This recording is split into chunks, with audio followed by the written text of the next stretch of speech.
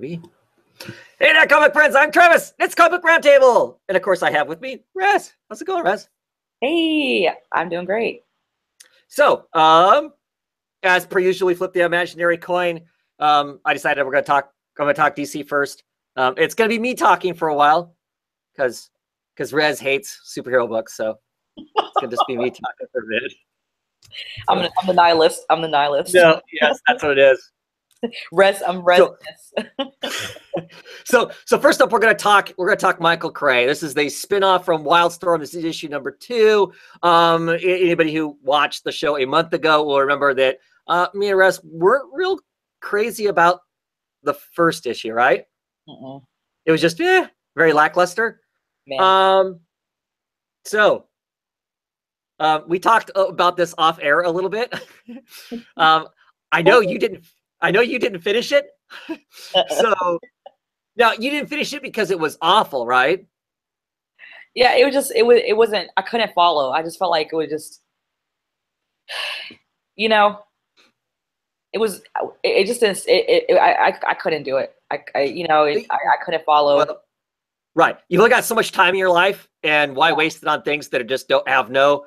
I mean, there are books I'll read and they're awful, and I'll read them because they're so awful I hate read them. Right? Yeah. This one isn't that. This is just so white bread and mayonnaise. I mean, it's just so nothing. It has no.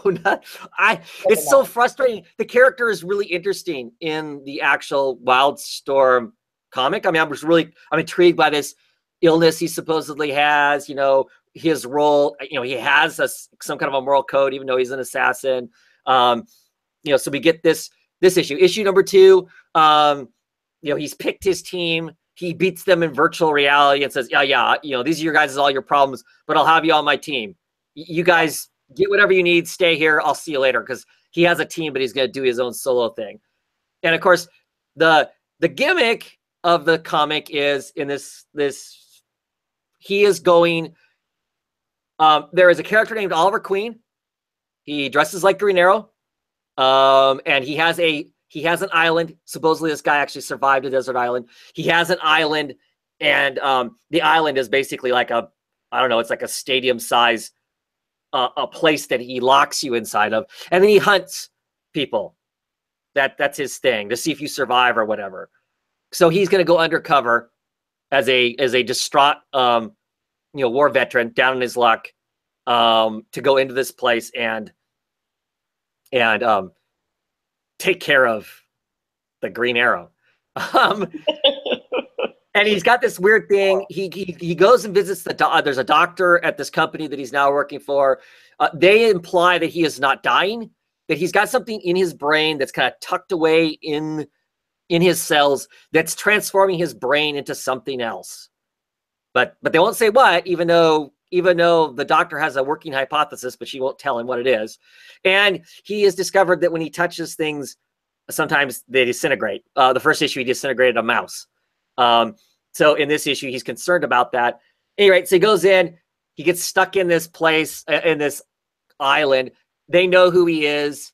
They know he's not a down on his luck, veteran, but they're going to hunt him anyway. So he's running around fighting this guy. The guy, shoots him a couple times with arrows. He goes to shoot the guy.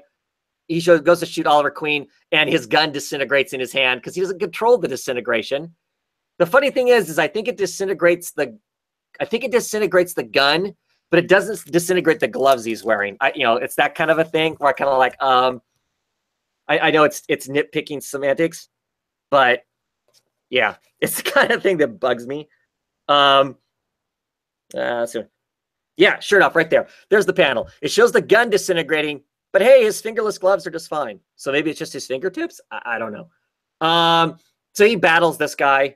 The guy's about ready to, kill him, about ready to knife him, and he grabs Green Arrow's arm, and his arm gets disintegrated. Oh yeah. But the guy doesn't bleed out or anything. It's just a meaty stump. And then one of his people one of his team they told to stay behind shoots Green Arrow dead before Green Arrow can take him out. And says, hey, we were told we didn't have a job if you died, so I wanted to make sure you didn't die. I don't know. It's just so uninspiring. And at the end of the issue, here's the gimmick. This is the gimmick, right? So he's fighting a guy who is Oliver Queen, Green Arrow, right? At the end of this issue, the boss says, well, you got to get back on the horse. And the next person we need you to get to is Barry Allen. And we need you to get to him fast.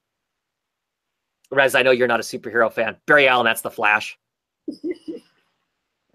So that's going to be the gimmick. 12 issues. We get 12 issues of him hunting alternate reality. What would be DC heroes? What's the why? What's the point? I mean, I say all this. I'm a dummy. I'm gonna get it to at least issue 6. I mean, I'm ordered up to like issue 4 at this point. Anyway. Not be I. Well, I know you're done. You clearly didn't finish issue 2, so you're not gonna. But I will. I mean, I'll get to that because there's got to be more, right? I mean, it's curated by Warren Ellis, written by Brian Hill, and it's not that the writing is necessarily bad. It's just it's just a dumb kind of a story. I don't know. But I just keep thinking there's got to be something else, and I'm not particularly impressed. The art is very basic. I don't know. I don't like to beat up books, but it's really disappointing with how fun Wildstorm is. This is very disappointing, I guess. So he should have focused on this is my problem. I feel like they could have just focused, or they could have just made the focal point Wildstorm, and then waited a little bit longer, and then had the little offshoots. Because we were talking about this too, a little off air, a little bit, where the little random kind of I guess little spin-offs could have been something that was just done later on, like this little Michael Cray thing. But well, I think the whole mystery of the character has now been ruined now that this has been brought out, and this whole 12-issue situation, it's just too long. It's just too long. Like now, I mean, like no one wants. I mean, this. Well, yeah, like I said, unless you're excited by that gimmick of let's hunt down alternate reality versions. I mean, when is he to go after Bruce Wayne, right? Yeah. When is he gonna take out Clark Kent? And what core audience is really honestly asking for this? Do we even have a core audience that's really requesting that this Michael Cray? Well, weren't we kind of like, oh, what this is gonna be like? Were we kind of excited when we heard it was coming out? How we did this character, this guy? Yeah, I guess I was, because I liked the main book. I was excited about Wildstorm. I don't, and I was intrigued by Michael Cray in the Wildstorm book, not so much necessarily.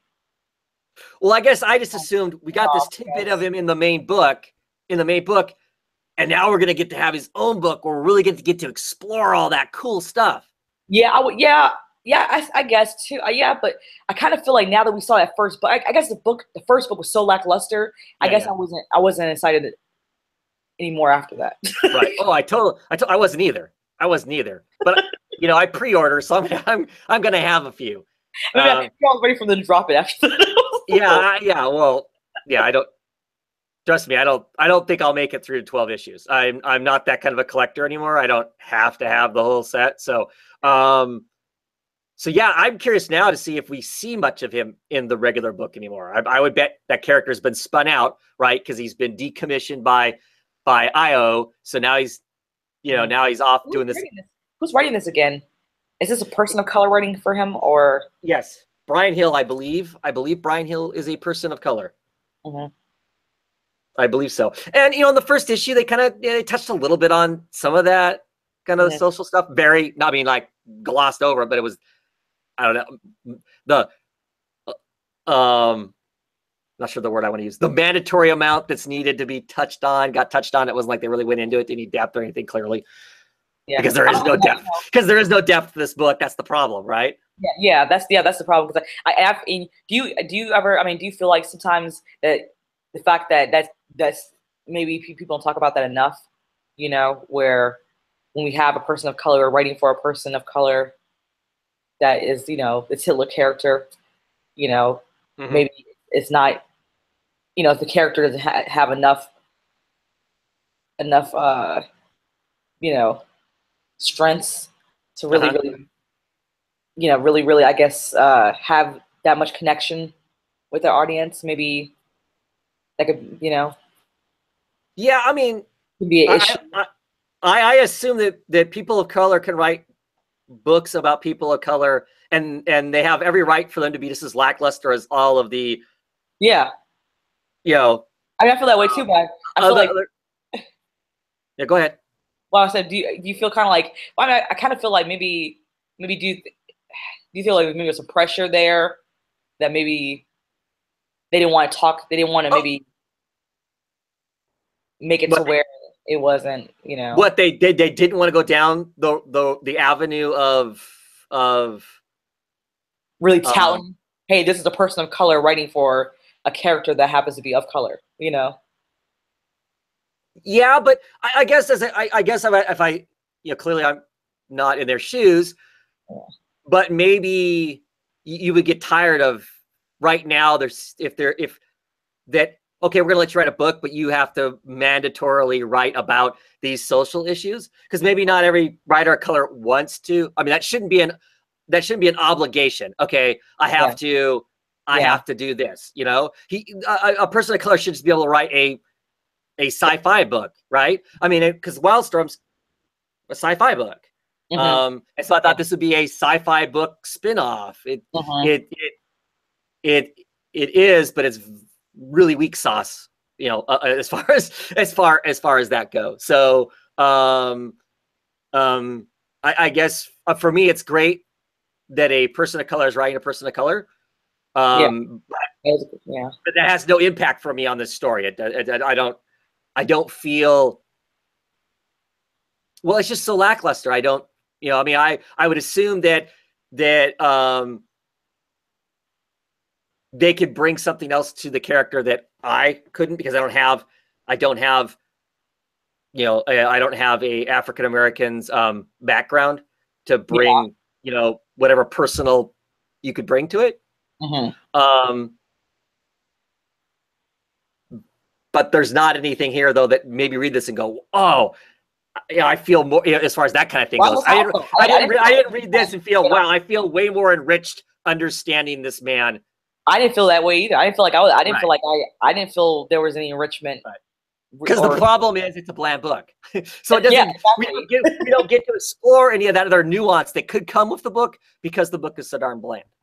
So, Exactly. So it kind of makes you wonder. Like that's why I was asking. Like I was kind of that's why I was like, is there a person of color we're writing this? So, I kind of wonder if they could have benefited a little bit more, maybe highlighting a little bit that a person, and then maybe kind of introducing a little bit more flair.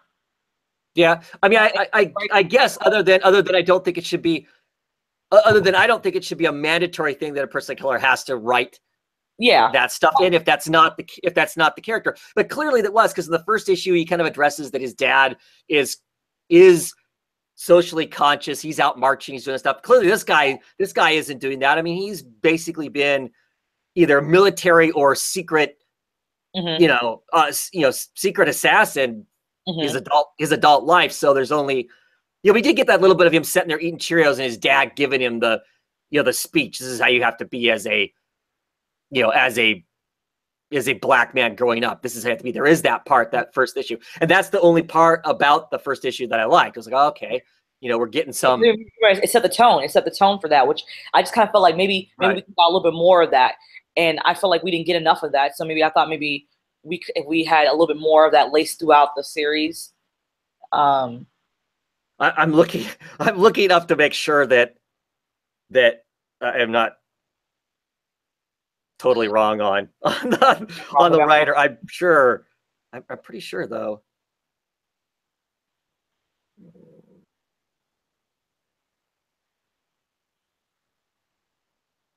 To make everybody sit and wait. See how bad my Google foo is here.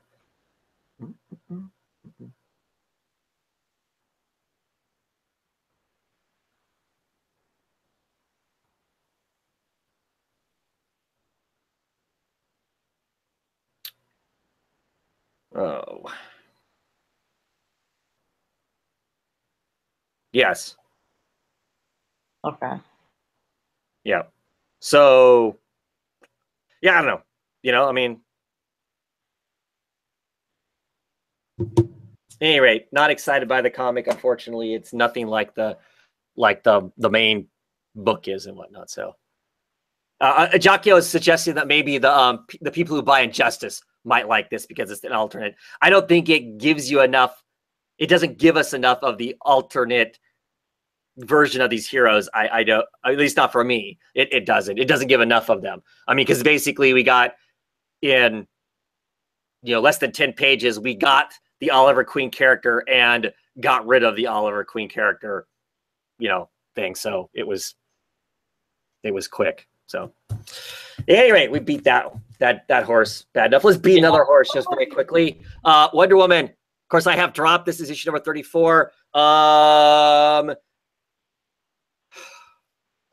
There's got to be a way to write Wonder Woman to where she can be new to the world of man in some sense, and be positive and think positive things about people, think the best of people without being gullible at the same time.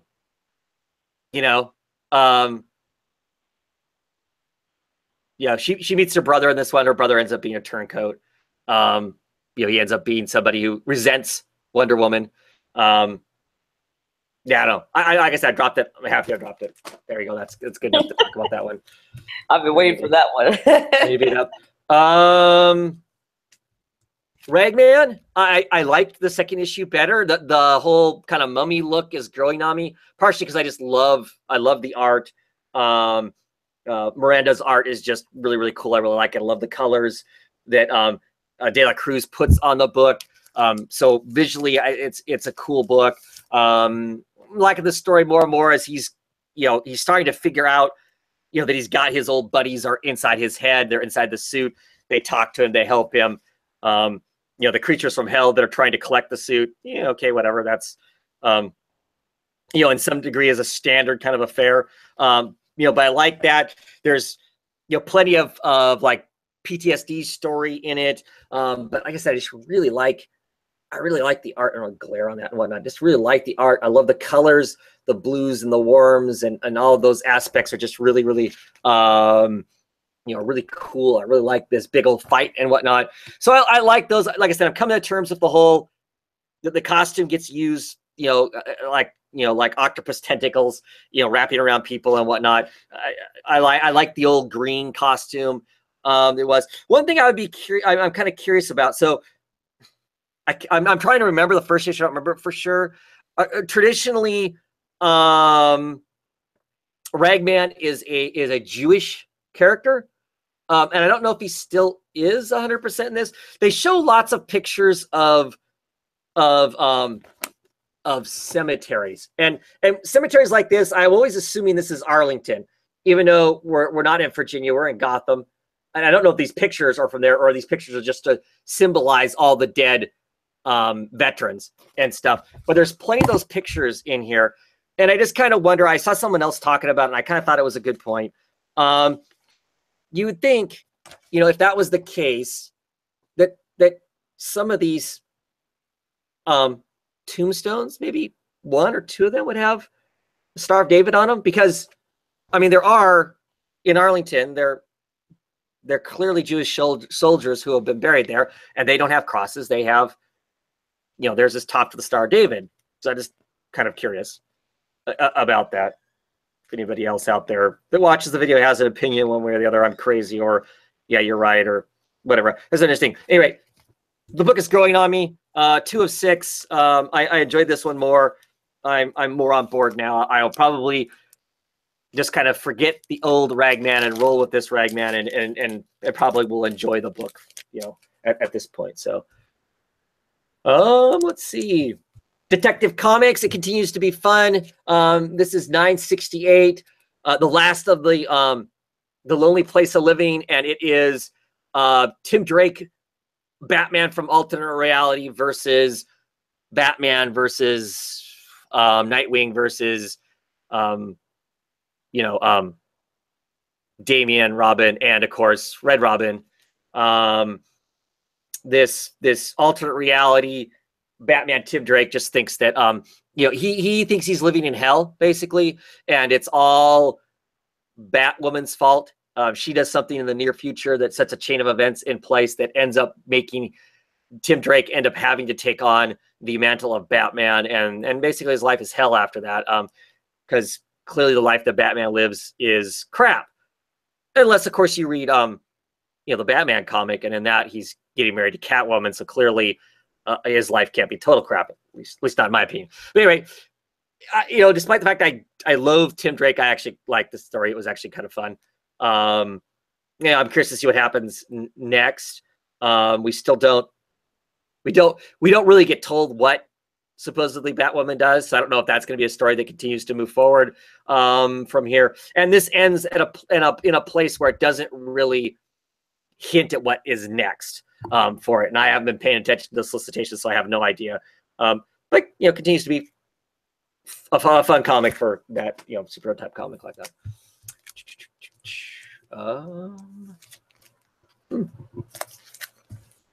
I seem to be missing. I was going to talk about Batman. I thought Batman came out this week. Maybe it didn't. Maybe it was last week. Might have been last week because I read 2 weeks worth of comics in 2 days, so that may be the case. Red Hood and the Outlaws continues to be fun. Issue 16. They end up being the other thing I like about it. So they end up being stuck in Belle Reve, which means, of course, they get teamed up or run up against the Suicide Squad,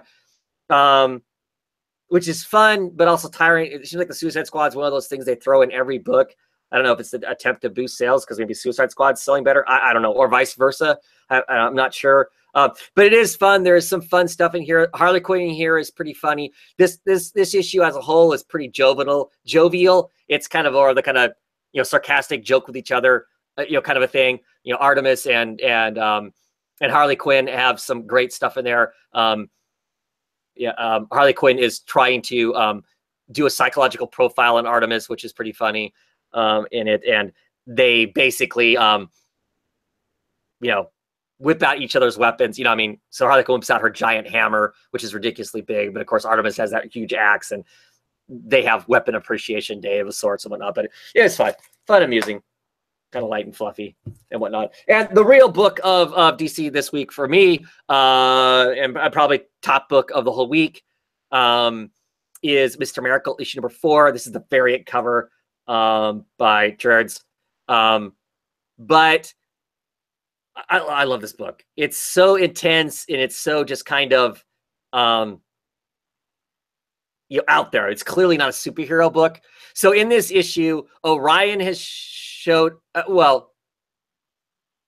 going to put Mr. Miracle on trial for treason, basically, because he has suggested that the High Father, who Orion is now the High Father, he's in charge of all of the Fourth World. Mr. Miracle has suggested that the anti-life virus is in him, and that's treason to even suggest that Orion might not be a good guy and whatnot. But they basically put him through a trial. They show up. Scott is just scot-free. Is just he's a wreck. He's in bed. He's beat up. He's exhausted. His wife Barda is trying to take care of him. Light Ray shows up to inform him that he's going to be on trial for for potentially for treason or whatever, but it's his right to pick where the trial's going to be at. And Mr. Miracle's like, well, can we have it at my house? Because I'm expecting a package to come, and I don't want to miss it. I don't want to sit on my porch while we're having the trial. He's acting like it's just no big deal, and kind of out of it. He's, and I don't know. So they have the trial, and the trial is just really fascinating. It's basically, it's one of those kinds of things where, you're told you can only answer true or false, and then and then they start asking questions to make you basically answer in a way that makes you guilty, kind of a thing is what they go through. And it's just fascinating watching the breakdown, because as they're asking these questions, Scott slowly folds and breaks down. There's this great scene of him eating. Barta went and got a vegetable tray from the grocery store. So he stops mid-trial and goes, I'm going to get a carrot. And so there's this scene of him walking away. He dips the carrot. It's this great little action line of him swirling the carrot in ranch dressing, I'm assuming. And he like comes back, okay, let's go back to it. You know, as he's basically being told that he's going to be put to death. I don't know. Impossible for me to explain. There's just so much kind of deep stuff going on in it. But I loved it. I love it. I mean, he's falling apart clearly. You know, we just don't know exactly what's going on. But I love that ambiguous. We don't know what's going on. I enjoy it to no end. I don't care. It's, you know, so I saw Kirk FM. You guys should watch his channel if you don't. He's got a great live show that he does in his basement with his friends, and he was commenting on the fact that he wasn't totally sold on Mr. Miracle because he feels like we're being set up for something. That's not his exact words, and I'm okay with that. I guess I'm okay with, as a reader, having the sense of, okay, we're getting set up for something, because I'm just curious to see what that is. You know, what's this? I know a shoe's gonna drop. We all know a shoe's gonna drop. It's just, what's it gonna be? You know, what's it gonna be when it when it actually drops. So yeah, and that's it for my DC Comics.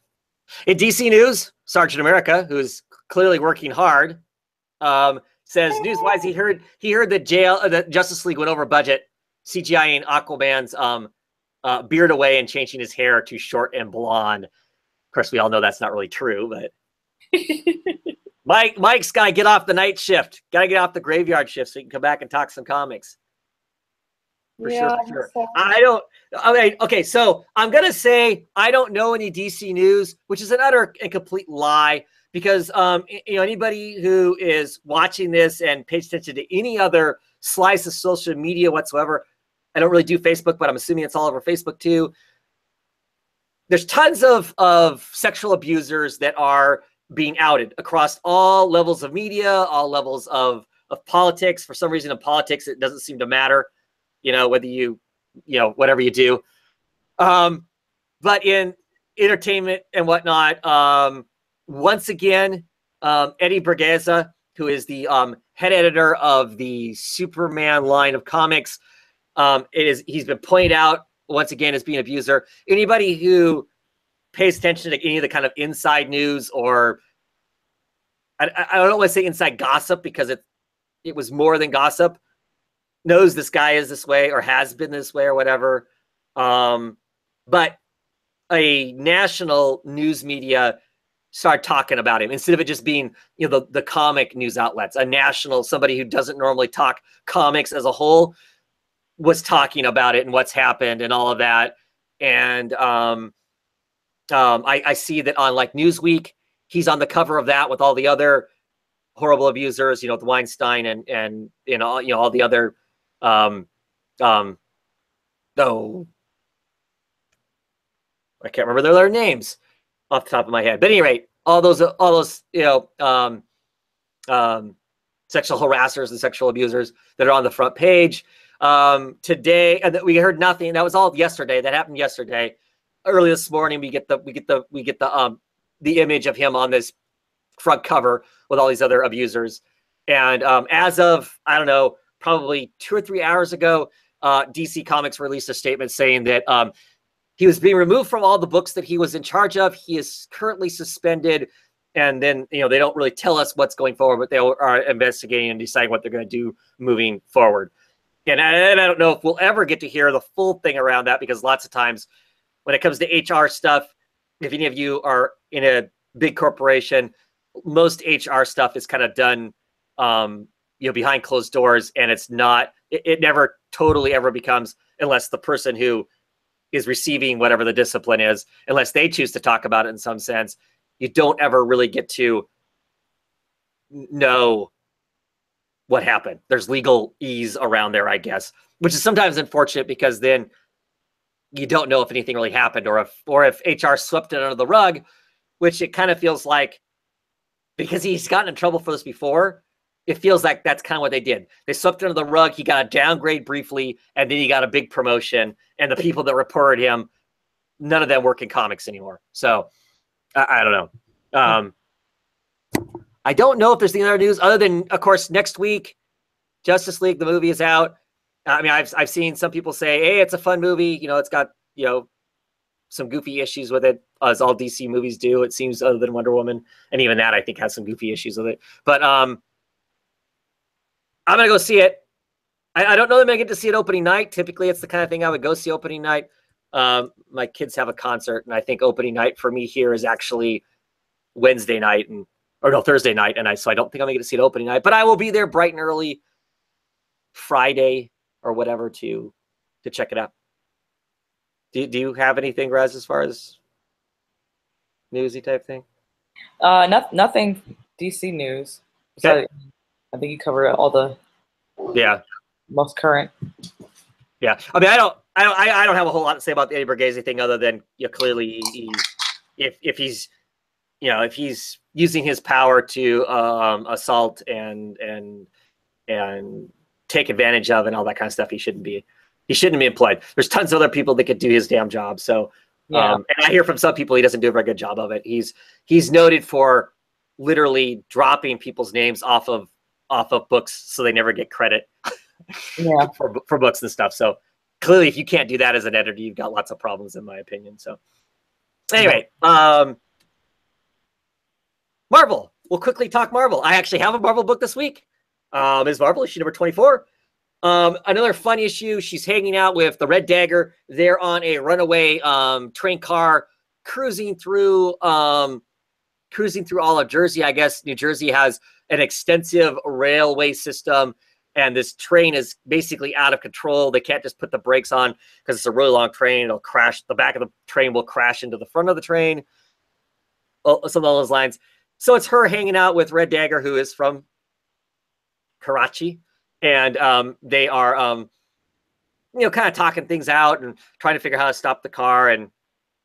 And by the end of the issue, she has decided that it's time to take a break. That maybe she's clearly been replaced. Everybody loves, you know, Red Dagger right now. Oh my gosh, you know, what kind of product do you use in your hair? You know, how long are you here? You know, all this stuff. He's like the new darling of Jersey. So it seems like that Ms. Marvel maybe take the opportunity to take a break. She just basically needs to recharge. She's exhausted. She's emotionally exhausted because all the stuff that's been happening to her in her personal life has been pretty challenging. So she is possibly going to walk away, and who knows for how long or whatever. But for me, the book has gone back to being fun. There was lots of, you know, kind of fun, laughy moments in this, you know, along with the serious, you know, undertones of her emotional well-being. So I am back to enjoying the book all the time again, which makes me happy. And that's it. That's it for my Marvel books. And I don't know of any Marvel news. No. So, and in this week, with all the stuff that's going on, that's awesome for Marvel. Kudos for all the stuff I don't like about Marvel. Kudos for them for, you know, at least not right now. It's no one's been outed yet. What about the I mean, only thing I can say about Marvel is that Thor is out. I mean, it's been out. You know? Oh yeah, right. So how did you like that? You actually went and saw it. I have not. I saw Thor Ragnarok. I saw the early viewing of it. Didn't really care for the person I saw it with. Well, that's besides the point, right? Or did that wreck the movie? What did you say? What do they call a zombie? A Marvel zombie. I mean, they're and God bless you, Marvel fans. Nothing against Marvel fans, but this is one of those dudes that can't see past Marvel to anything else. It's like if you read anything else, if you even mention DC, you're like scum. So clearly, clearly going to a movie with somebody like that, and you just generally because you're gonna just talk comics because that it's a comic thing. This person hated me because I was like, this person hated me because I did not like. I was not a big Marvel fan. They were like, yeah. We got into a huge argument because I told when they asked me, what was I? Did I like Marvel or DC more? I said, well, if you put a gun in my head, I'd probably choose neither. But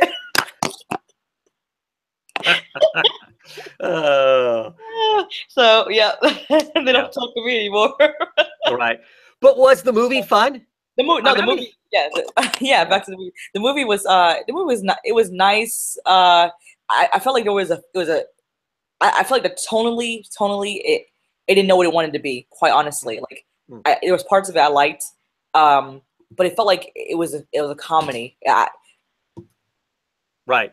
As far, yeah, I mean, you know, if you've watched Guardians of the Galaxy, it felt a lot like it wanted to be that movie, but it didn't quite measure up to that, to the Guardians of the Galaxy for me. Like I would much rather see that movie. So for me, Guardians, it didn't, it felt like a Guardians of the Galaxy movie, but not there. Now, see, Yeah. I personally hate fun. I hate fun. So I didn't like Guardians. I didn't like Guardians of the Galaxy. It's like my least favorite of all the Marvel movies. Well, other than Age of Ultron. Age of Ultron is the worst. But anyway, so when people say, oh, it's fun, that doesn't. You would not like Thor then, because this Thor movie was like, it was a lot of. I mean, there was moments in this movie that was like, okay, like for instance, my favorite moments in this movie was Jeff Goldblum. Like I love me some Jeff Goldblum. Yeah. That's what and he was like. Well, I hear visually it's really cool too, because it's got a lot of Kirby aesthetic. Yes. Kind of like the backgrounds, the settings are very Kirby-esque. So I will not go to the theater to see it because I'm a cheap bastard. Yeah, I will for sure watch it though. I mean, there's no doubt I will watch it, unless of course by the time it reaches streaming, it's on Marvel's secret channel where they're not going to stream on Netflix or whatever anymore. Then maybe I won't see it. I don't know. Yeah, I'm glad I would just like a free ticket or something like that. But but yeah, I mean, I guess I like my superhero movies to be a little more serious. Yeah, I mean, it can have funny moments in it. I'm perfectly I want to be invested in the superhero movie because they're really doing something serious and important, not not rock'em sock'em. Yeah, I'm totally into dark, gritty, like people getting killed. Like yeah, you're like, I don't like that. Oh, like we're all gonna save the day, kind of like that. I'm not into that kind of stuff. So this Thor movie was not my cup of tea personally. Was it enjoyable and blockbustery? Yeah, but it was just too fun and too happy and. But Loki's eyebrows and hair were on point, right? Oh yeah, totally on point. I lost my and and let me tell you the guy who he was so mad at me because I was like. He's like, so what did you like about the movie? I said, I really loved Loki's eyebrows. And I loved his hair. It was like, oh, that's awesome. And he was awesome. So mad at me because I was I was just saying everything to piss this dude off. Like, I knew it was going to piss him off. I mean, like I said, I'm not saying in reality, it's not that I don't like fun, but I like there to be serious overtones. That I feel invested in. Oh no, something really serious could happen, and then you know what? There's funny moments. It's fine. Yeah, but I mean, yeah. But you know what? Too also like okay, I love Kate. I love Cate Blanchett. Whatever. Is it Cate Blanchett? Is it Cate Blanchett? Well, I don't know. I'm not good at stars' names. I'm really good at stars' names. What character in it? Her name's Hela. Oh yeah. That's an awesome character. I love the way she looks. I love Hela. Okay, so Cate Blanchett. I want to say Cate Blanchett. So so last time I saw her, she really ruined the movie for me. She played in Indiana Jones, Crystal Skull. She played the main character, the Russian woman who wanted to obtain all the knowledge. So I felt like she played the same character in this movie as Hela. Like I feel like she played that same exact character. And so to me, it was no difference from that same character in Indiana Jones to her playing Hela in this movie of Thor. So that bothers me. She wears a way cooler costume in this though. Yeah, way cooler costume. Yes, way cooler costume and different makeup, but just same as that character. Yeah. Same as that character. And Mike says yes on it being Kate. You're right. That is who it is. Yeah, and then different accent. But I was like, damn, like so it just kind of felt it just felt like. Okay, am I watching Indiana Jones here? And so it bothered me. It just and on it like again, it was a mishmash and fusion of tonal confusion. It just didn't fit. It didn't feel right. It didn't feel like a Thor movie to me. It didn't feel like a Marvel. It didn't feel like it just didn't feel like a Thor movie. It didn't feel like a Marvel movie. It felt like a mixture. Like it felt like it wanted to be Guardians of the Galaxy, but it wasn't. It didn't feel like a Thor movie. Okay. I liked it, but I didn't.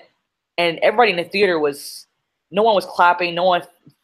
Everybody seemed confused. Everybody was like, and people tried to get up before all the credits ended. Like, there's always 2 credits. Oh, really? Yeah, wow. Yeah. I mean, I swear to you, everybody in the theater, like, it was, because it's early showing, people pay for this. So people were like literally were trying to pack, like, they were getting up in droves. They were like, no, people were like, what was this? Like, people were leaving. People were like complaining. Because that's interesting because I see on the internet it's like everybody loves it.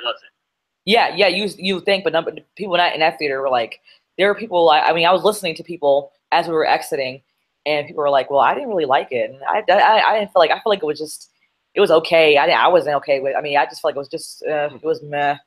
I might have to watch it again and kind of feel like I clearly need to go to the movies with those people because they're my kind of people, obviously. Yeah, I felt the same way. I was like, but it's I was like, it was okay. Jeff Goldblum was the star. Yeah. that dude. Cool. Okay, so give that a miss. What's the next movie that's coming up? Is Black Panther the next movie that's coming out? Oh yeah. I will be going to the theater to see that one. Yeah, for sure. But alrighty. I can't think of any other Marvel type news, so roll on to some independent books. Oh yeah. Okay. What do you want to talk first? Last week, Paper Girls, right? Okay, yeah, we can talk last week books. Yeah.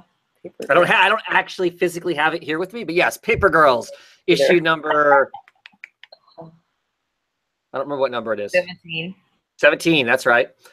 As always, I love Paper Girls. It's such a great book. The characters in it are just so.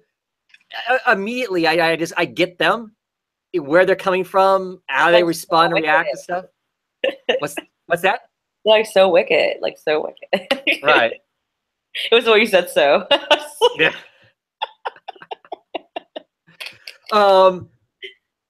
But I mean, there's a lot of great scenes in it. I mean, you got the cool robot fight and thing on. That's always curious. It's always curious when they get the time travelers in the comic, because I'm still not sure exactly what their game is. You got the slicker red robot, right? I think it was red. And you've got the like the father of time or whatever in there. He's a younger version of himself or something. Iris and the and the father.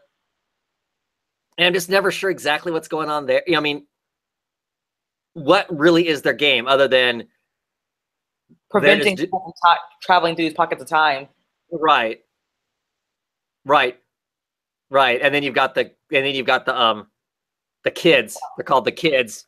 Not our Paper Girls, but the kids that are all happy and fine to change time, or at least that's what the cartoonist, right? Because the cartoonist in this issue, she tells us that that the kids were all about going back and changing time if it was going to make things better, and the old people, the first time travelers, are not okay with that, and they're trying to stop them at whatever cost to do that. So the cartoonist, she thinks that the girls are part of this whole thing. And then she finds out that they're just accidental. They actually get caught in the craziness. And then she pulls a gun on them. It's like, I'm sorry, you're a liability. So there's like, 13-year-old girls and this old woman whips out this gun. Like she's going to shoot them. Exactly. I was like, oh my goodness. After what's her name comes to a revelation about her sexuality, right? Well, right. So Mac, right? Her name's Mac. Isn't it Mac? Mac's the Tom girly kind of one, and she's like, oh, do you see the way this old lady keeps looking at Aaron? Ooh, gross. Like she keeps thinking, I don't know. I don't think that's the case. But anyway, the cartoonist, Max got in her head that everybody's a pervert. Yeah. And so she's like, oh, she's looking at Aaron like, she's some sort of, fresh meat or something. And what's her name? What's the Cage? Yes. She goes, she comes to a revelation. She's like, yeah, I think when I'm going to grow up, I'm going to be that lady. I think right now, I think I'm going to, because it mentions that she's a lesbian. And I'm like, yeah, I think when I grow up, I'm going to be a lesbian. And Mac's like, yeah. And then she's like, yeah, I think I'm a lesbian now. And Mac goes, yeah. And then she turns back to her and goes, what the fuck did you say?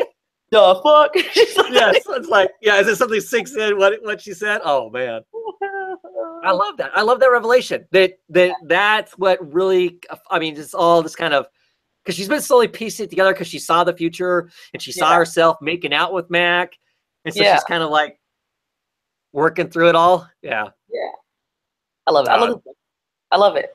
Yeah. And you know, my favorite part was at the end where we had that dude just sitting on the couch. That dude just chilling. Yes. That dude. I was like, he's like, yeah, I'm her husband. Like who is that dude? Yeah, oh, yeah, he's all goth. He's all goth with it. Yeah, because who is that? Whichever girl it was that's kind of lost. She's off by herself. She goes running into her own house, thinking that she's going to find her parents or whatever. There, an older version of her parents, because she's from '88 and this is 2000. This is the New Year's Eve of 1999. You know, when everything's gonna come crashing down on us, on the memories. And she goes into her house and she sees this picture on the mantle and it's her parents, the dog. And she's like, oh, they got a dog? My parents, and she's like weirded out. And there's this dude sitting in this chair. And I mean, he looks like straight up, he looks like some, he looks like, Edward Scissorhands meets someone like meets Lestat meets the guy from the Crow, right? Meets Eric Draven from the Crow. I mean, he's white face, the black eye makeup, the choker, the black. I mean, he's straight up 90s goth.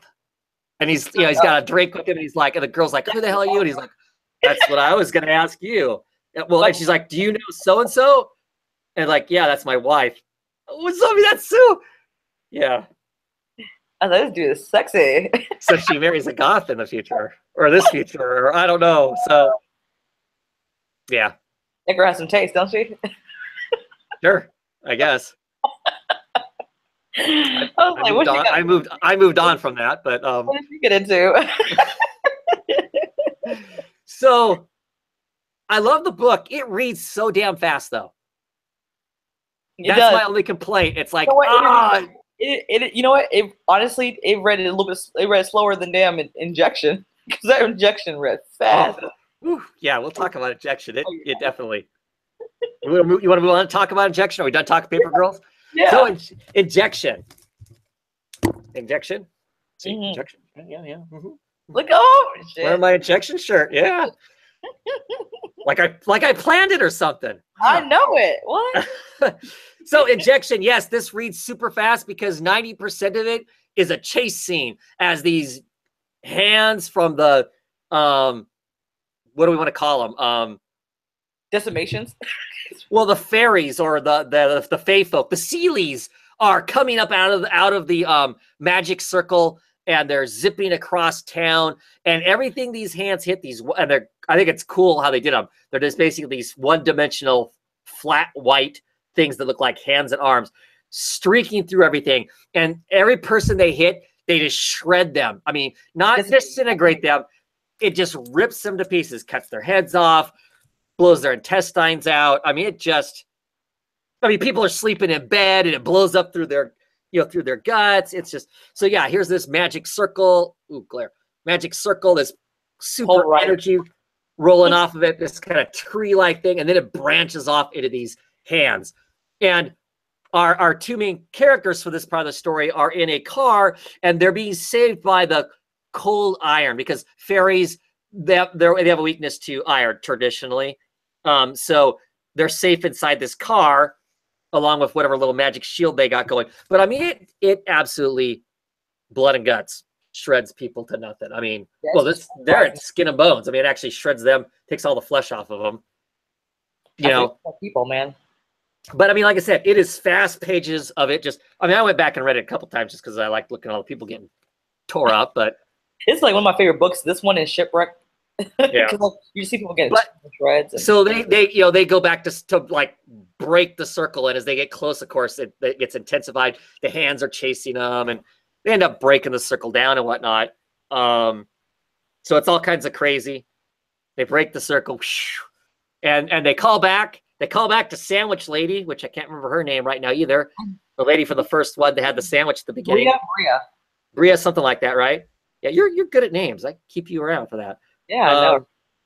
And so they call her to report in, and she's like, "Oh my God, you got to get out of there," because that Rob Morrell, the guy he signed up with that other government agency, and he's kind of into the kind of his realm is magic. That's kind of his realm, the secret pathways and whatnot. Because he's in charge of this government agency now, they're taking everybody else out. They closed down Brie, they closed down her whole section is gone. So our lady in this has no support system. She was a legal contractor working for the government. Now she's nothing. Now she's just like a rogue enemy of the state kind of thing. Mm-hmm.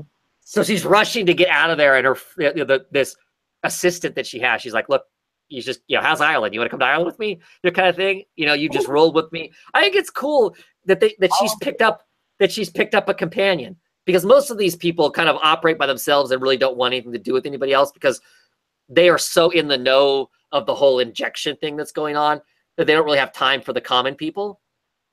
But because this girl kind of rolls with everything so well, so it's, it ends with them like teleporting away to Ireland, I would assume, to her home. So I don't know what's next. Of course, what's next is we'll return in 2018. 2018 is a long time. Yes. It doesn't say, it's not like it says January of 2018. It doesn't say February. It just says 2018. So it could be June.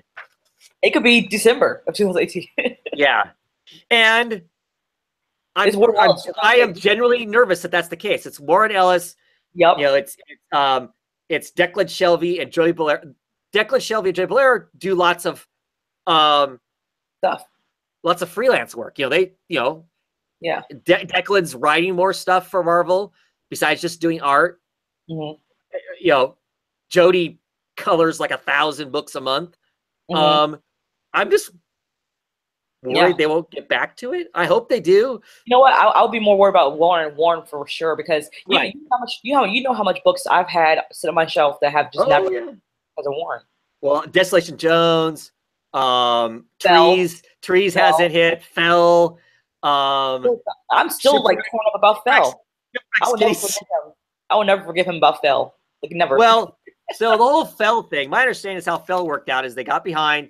He wrote the scripts.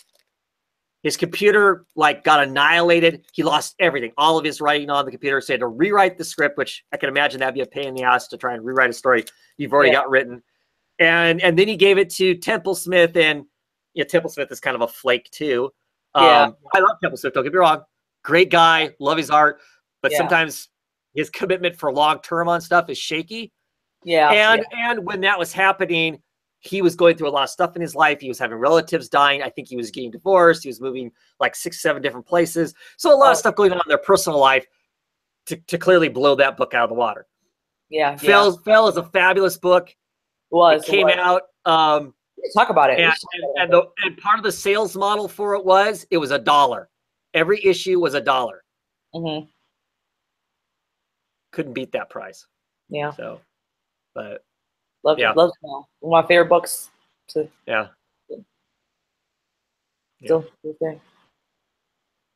Anyway, what else do you want to talk about? Crosswinds was really good. Crosswinds is last week. Mm-hmm. Yes. I continue to be surprised that I'm enjoying that book, because from the very beginning, the expectation is, oh, look, it's Freaky Friday. I know, right? It's going to get old really quick. Oh, she's in a killer's body. He's in, Meek Housewife's body. But I love these characters. I love both. I love both characters. And right? Yes, and how they're handling their situation. I mean, I love the fact that Carson, is that his name? What the hell is his name? Carson, yeah. And then he's just he's embracing the fact that right now he's in this woman's body. He's going to straighten this family out his way. He's clearly on the rough side, but he's kicking ass and not letting. I'm liking her. I'm loving Juniper, how she's handling stuff. Yeah, right. She's kind of rolling with stuff. She's kind of freaking out. She doesn't want to take advantage of people, so she's like freaking out when she's getting ready to potentially, get some nookie with Carsan's girlfriend, and she's like, Yeah. whoa, I really can't do this because this is like taking advantage of something because I'm not really him, and so she's calling him on the phone to say, all that kind of stuff, and she's a generally good person. I mean, clearly people are getting murdered or really hurt someplace, and she's like, getting the gun that she's never shot before, and she's going to go and try and rescue this girl, right? Yeah.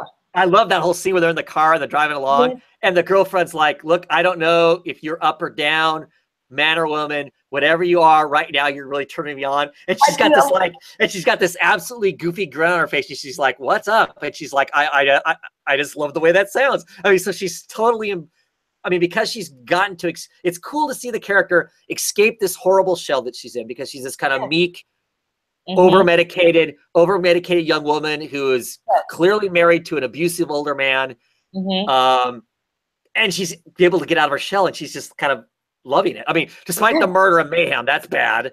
But the rest of this whole kind of freedom is just really kind of cool. And what's crazy too? We actually do see that she was being abused, because at the end of the book, we realize her husband he was abusive to her. Yeah. By seeing how he was, so he put his hands on her while Carsan was in her body.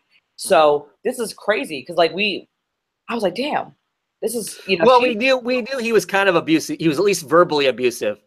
But we knew for sure, because even though out the right back, the way he talks, the notes he'd left for her, and I think I mentioned before that it wasn't a far stretch. I mean, he was physically at one point. Yeah, right. And and a big so here's another thing. So Carsan in Juniper's body gets the stepson to wear suits to high school. Yeah. So he's wearing a slick, black, white shirt, black tie, looking all sharp going to high school, which is of course insane. But she's given the whole, be the shark, talk and whatnot. Trust me, you walk in there, you act like everybody needs to pay attention to you, and you're going to be golden and whatnot. I mean, I love the whole thing with the bully's going to pick on him, and he basically says, hey, I'll pay $40 to anybody who wants to beat him up. I mean, I thought it was amusing. I wish when I was a kid I had $40 to pay to anyway. But so the girl shows up, right? Kind of hanging on his arm, going, oh, hey, I'm Kelly.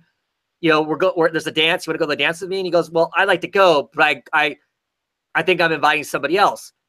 He looks at another guy, right? Down the hall? Am I wrong? Yeah. No, you're not wrong.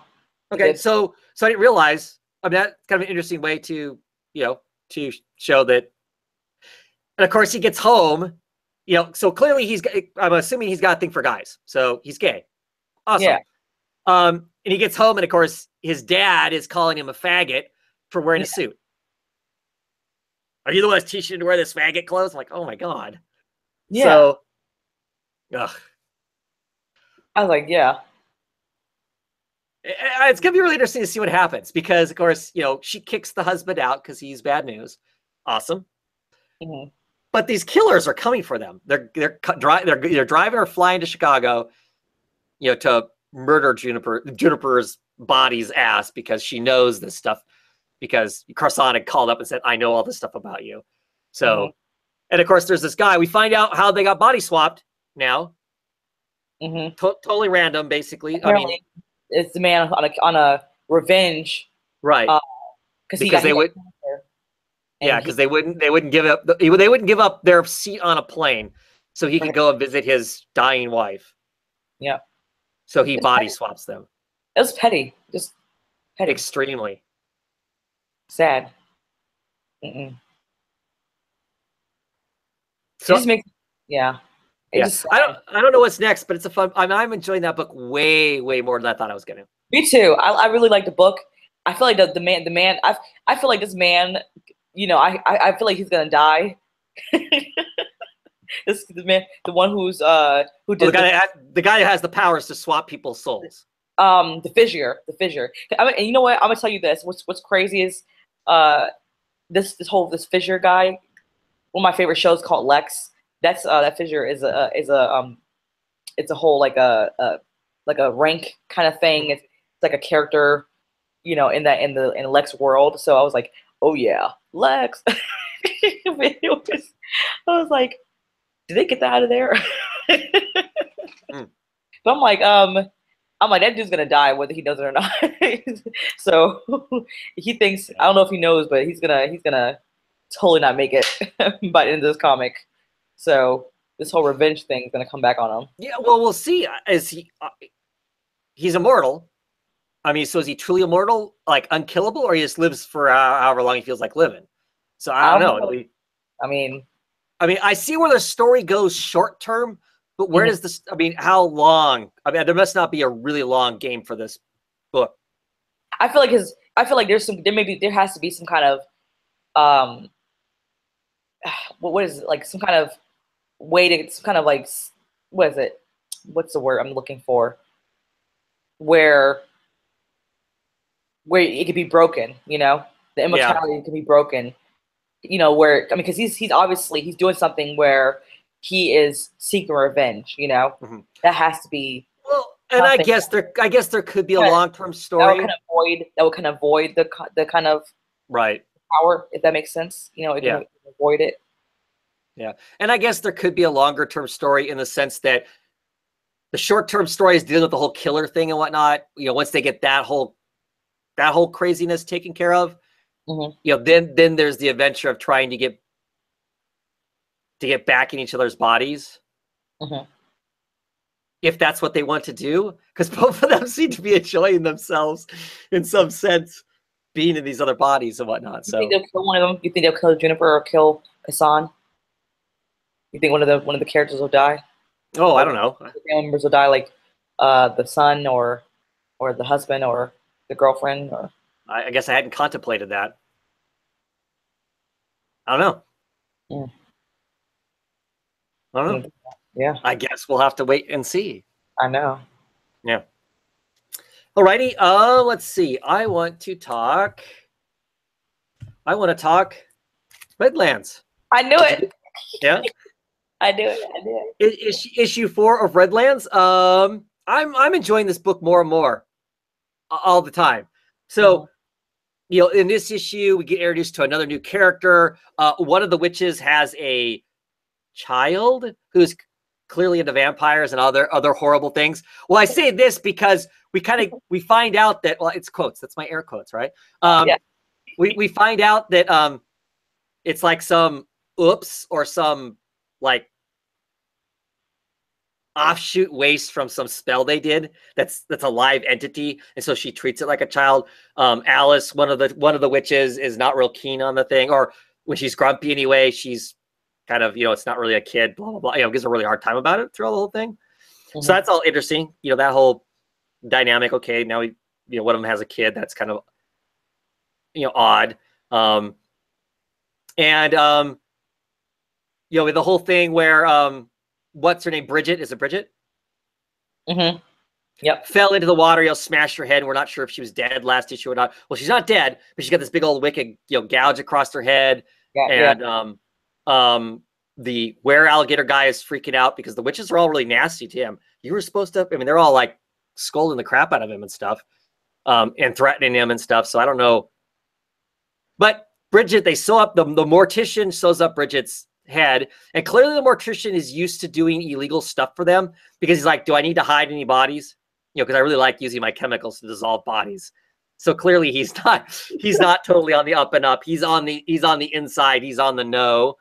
But Bridget's not herself, clearly, and everybody just kind of thinks, oh, she's got a concussion or whatever. But by the end of the story, clearly, I mean, she's kind of like in tune with a dead person, right? The dead person's inside of her, riding her, basically.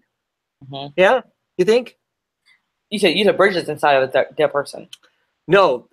The dead person. There's some other girl, this missing person. Oh yeah. That she ends up, Bridget, that goes to work and she's like looking up this old cold case, and we're kind of wondering why. And Bridget's acting weird because Bridget normally is this kind of smoldery, you know, curvaceous kind of, how's it going kind of, and she's really kind of like stone cold kind of a thing. So she's clearly maybe not possessed, but like the ghost is riding along with her and helping her find where her body is at. Yeah. She was tagging along. Yeah, but you notice that the other girl can see her too. That inmate, not inmate, but the girl who's right. The girl who's strung out, who's actually a girlfriend of Allison's. Yep. And she's complaining about the fact that none of us asked for this. So clearly she's been tainted by the city in some way so she can see ghosts. Yep, so she can see that 16-year-old girl as well. Right there. Sees the ghost, yeah. And she makes a comment about it, but nobody else can see it, kind of a thing.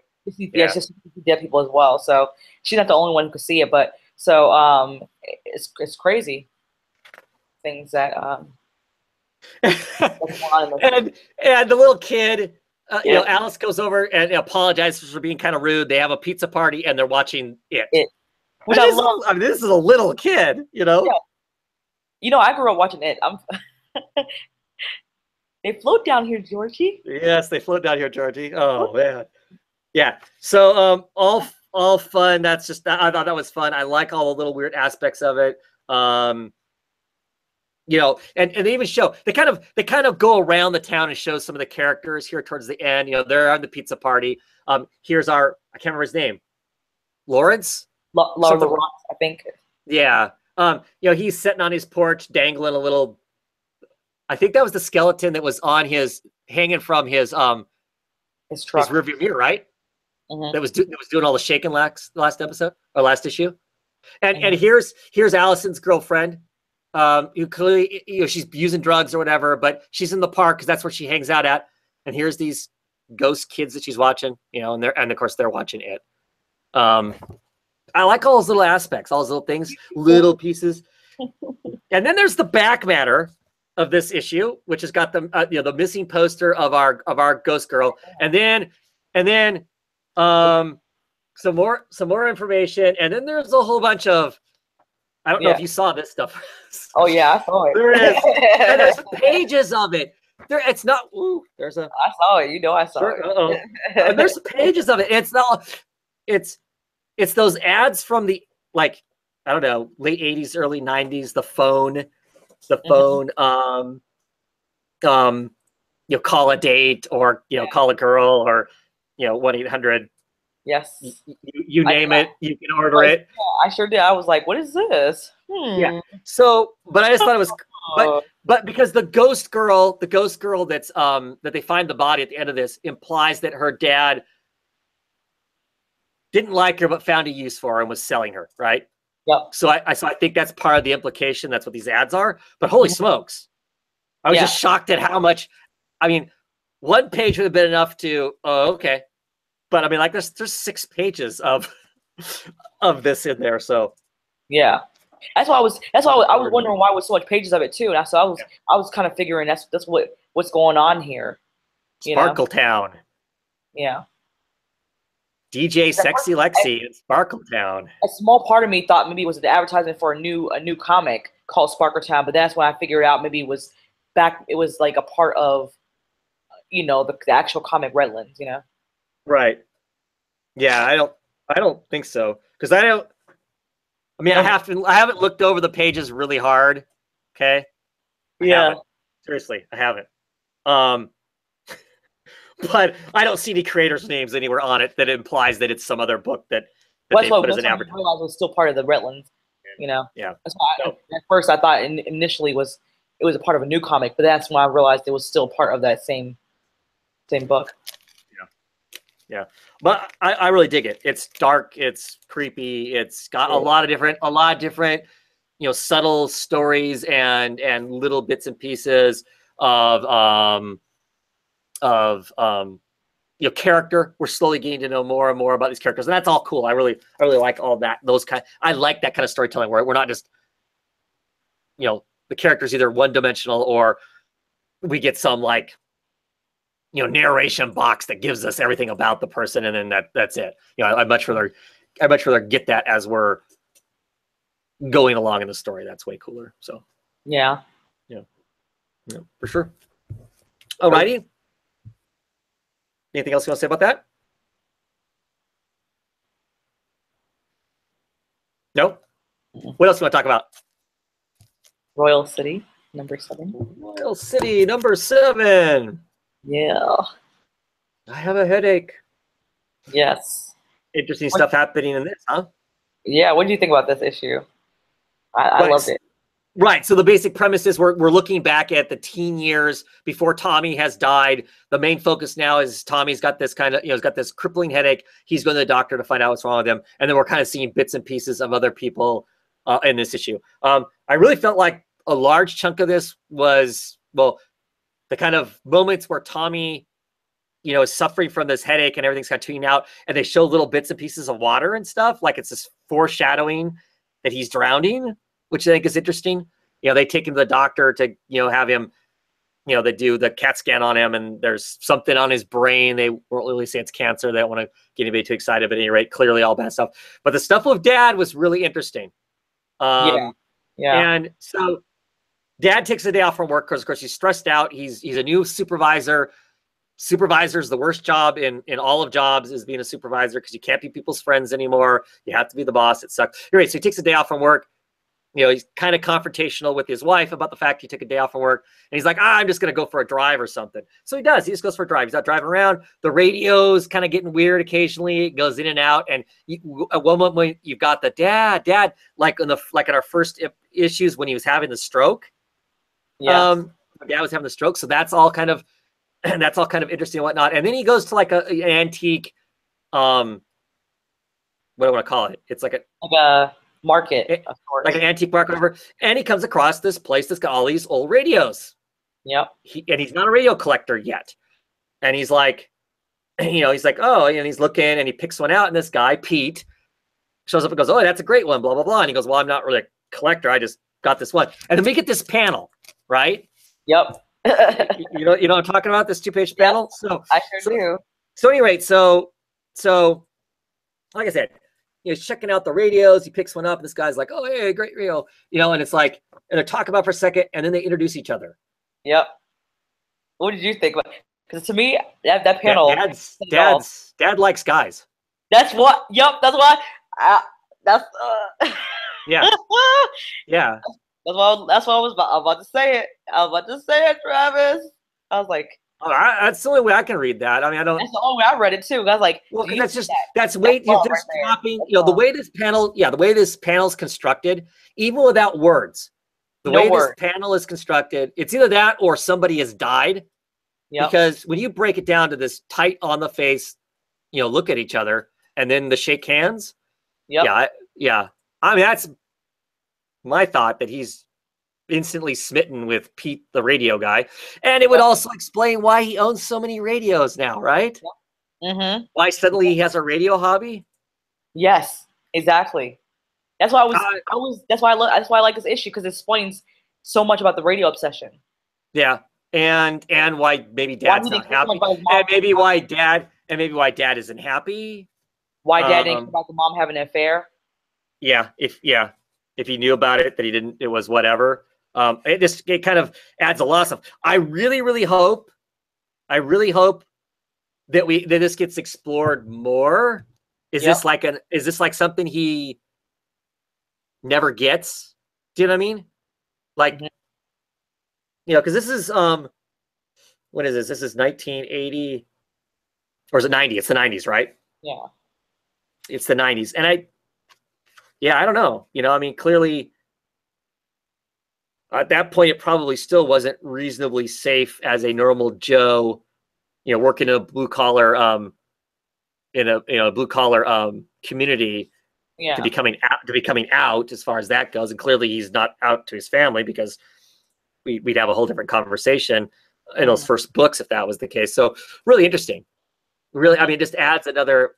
Dad isn't just the guy having the seizure. And whatnot. Yeah. Clearly, he's got his own. Everybody.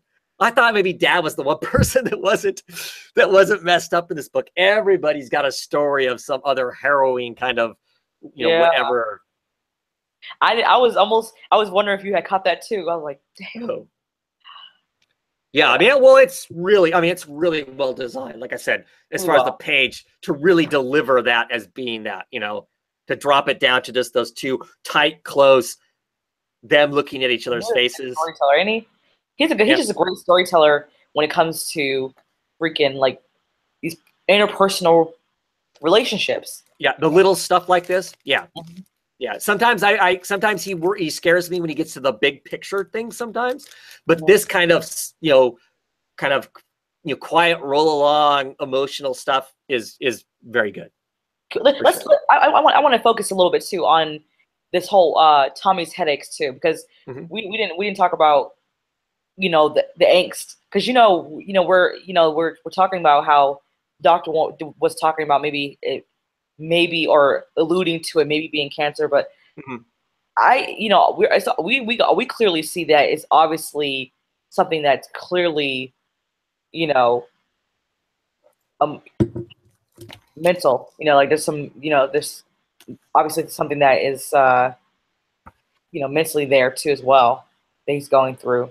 Well, I mean, part of it's the age he is, I would assume, being a teenager, and if he has something growing in his brain and putting pressure on it, he psychologically has a high potential to not act like himself or act weird or whatever, just based on that. The physicality of that happening tends to make you do stuff. Yeah. Well, I kind of feel like, I don't know why I feel like it was a mishmash of how, what is it? The movie, The Hours. You ever watch the movie, The Hours, with Nicole Kidman and yes. It kind of felt like a mishmash, like how all those three characters, how they were going through all of them going through their illnesses all at once. You saw the different, the different scenes. So it kind of felt like he was going through that, like he didn't quite know how to describe his illness, but he was going through.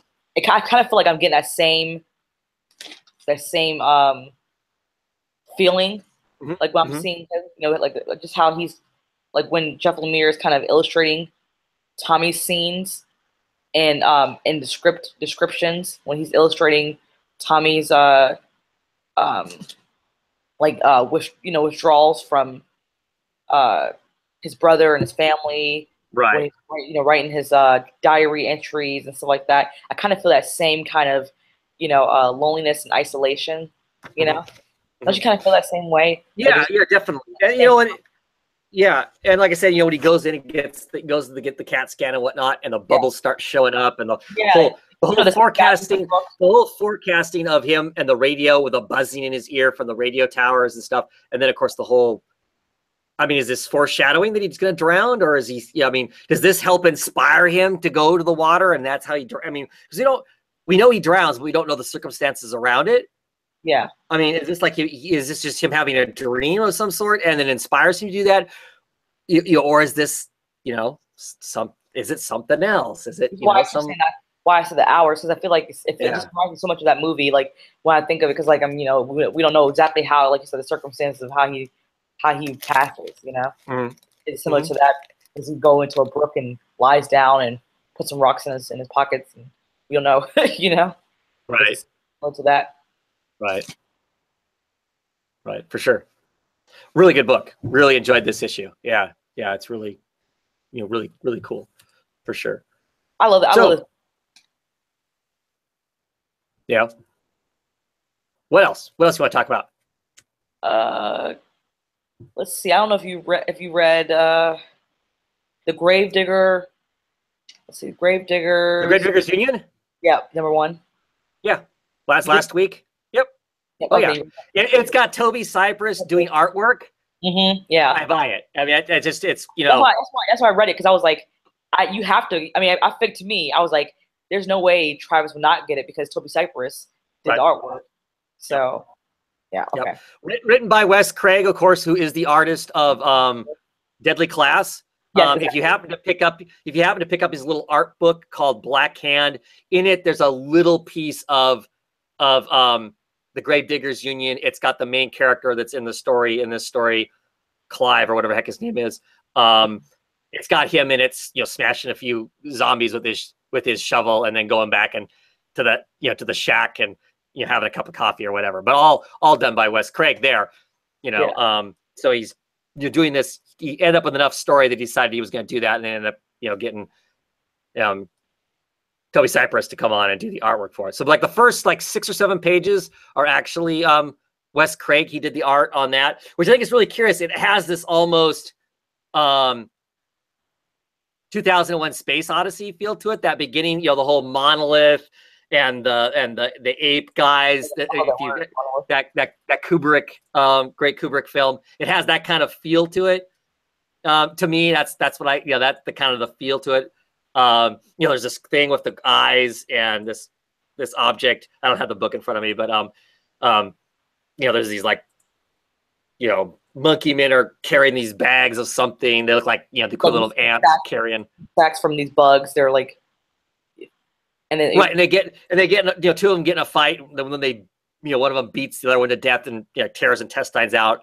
And then they go back to pick up the sack and go back to walking along. And this tendrils eyeball thing comes up and kind of, I don't know, consumes that or whatever kind of thing. And then we roll on to, then we get to the Toby Cypress art. There's a few pages of kind of like newscast, kind of giving us an idea of what's going all over the world. And then we get focused on this group of gravediggers. The Gravediggers Union is a society, you know, they're paid employees like policemen, except their job is to squash the supernatural things that us normal people can't handle. And they're fighting some junkyard golem thing ultimately in this. And they decide that things are way out of hand. It's super dangerous. This is not normal. And they need to do something about it, kind of thing.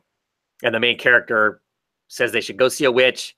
It's in the union contract that they don't see witches. That's like crossing enemy lines. Witches are evil and bad. But his daughter is like this head witch accountant. She's an accountant of some sort. So she uses witchcraft to tell people their numbers or something. So, I mean, I liked it. I like I said, I like the Toby Cypress art. I love the coloring. The colorist that Toby Cypress is using right now is just nuts. I mean, sometimes you know, there's just these blotches of color, like, you know, like it's all dark and cold browns and blues and stuff. And then there'll be like this hot splosh of color across people's faces and whatnot. I just find all that visually intriguing. And I know somebody's going to come after me going, well, there's all this weird, crazy splotches all over the comic Witches that Scott Snyder wrote, Jock did the artwork on, and Hollingsworth did the art, except the splotches of color in that are randomly just thrown everywhere. The splotches of color in this comic seem to have a rhyme and reason. I mean, they are hot spots for a reason, it feels to me like. So, but I mean, it wasn't like blow my mind comic book. I thought it was fun. I'll keep getting it. I love the artwork for this book, and I mean, I liked it a lot too. I think my favorite coloring within the book was the very beginning when those apes were like fighting over. You know, it was just like really dark, very gritty. You know, and also too, like the scene where they were doing the newscast. They were showing all the different, like the ghost. You know, the ghost attack, like the ghost NATOs and the zombie storms. Yes. Zombie storms. Yeah. That was really nice. And so, yeah, I like where this book is going. It's kind of like BPRD-ish kind of. Oh yeah. Kind of, you know, but not really, you know, in a way, not, you know. Well, that slash Ghostbusters, you know, slash, you know, slash some other sort of Scooby-Doo slash, yeah, a little bit, but yeah, not really, but yeah, I liked it, but you know, I'm gonna go read some other issues for sure. Yeah, yep, I enjoyed it quite a bit. You want to talk Kid Lobotomy? Yeah. Kid Lobotomy issue number 2. And on the front cover, we have the hotel has a resident artist. Yep. So she just randomly goes around a room and throws paint on the walls and paint things. That's what she does. Yep. That's her job. Can I have that job? That's an awesome job. Anyway, you know, this book is it's just straight up kind of weird, right? I mean, there's not. It feels like form. It feels like it's. Honestly, I feel like I'm reading an old school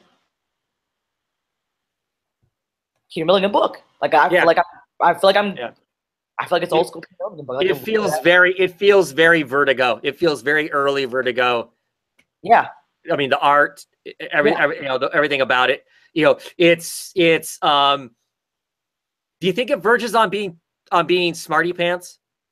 Like, you know, because I mean, like, you know, they talk about the Burroughs the Burroughs lobotomy, this technique, you know, because they're referencing, you know, they're referencing William S. Burroughs. There's a lot of really literary name dropping and kind of laced in jargon. It's not straight, except for the Kafka. I mean, the whole cockroach thing is relatively straight, right? Yeah.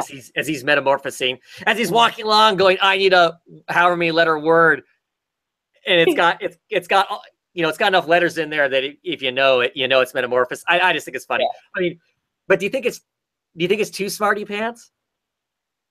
It's not for me. I love it, but I can see some people going, either it flies over there, and I'm not saying I'm like, oh, I'm so smart and everybody else. Either it flies way over their head, they don't get that it's a literary reference at all. Yeah. Or you get it and you go, oh, you're more hipster than the front deskman is, you know, in this comic. Yeah. I don't know. I feel like I love it, but I just kind of wonder. I like it. I feel like it fits too. I mean, I don't know, because of the whole. I mean, I imagine because I mean it's dealing with the brain. I feel like it fits with the theme of the whole entire, you know, the comic. I mean, imagine you're talking about brains, and you're having some kind of smarty type of you know, intelligent kind of you know. Well, yeah, and when I say smarty, I don't necessarily mean intelligent as much as just being kind of, oh, we're so cool because we can do all this kind of fun name dropping. I don't know. Yeah, I don't know. Yeah, I mean, I would think literary things would come out of the guys. I don't know, like the theme. I mean, initially when the whole entire when it first started out, when the comic first, when the first page, when we first opened up the page, how did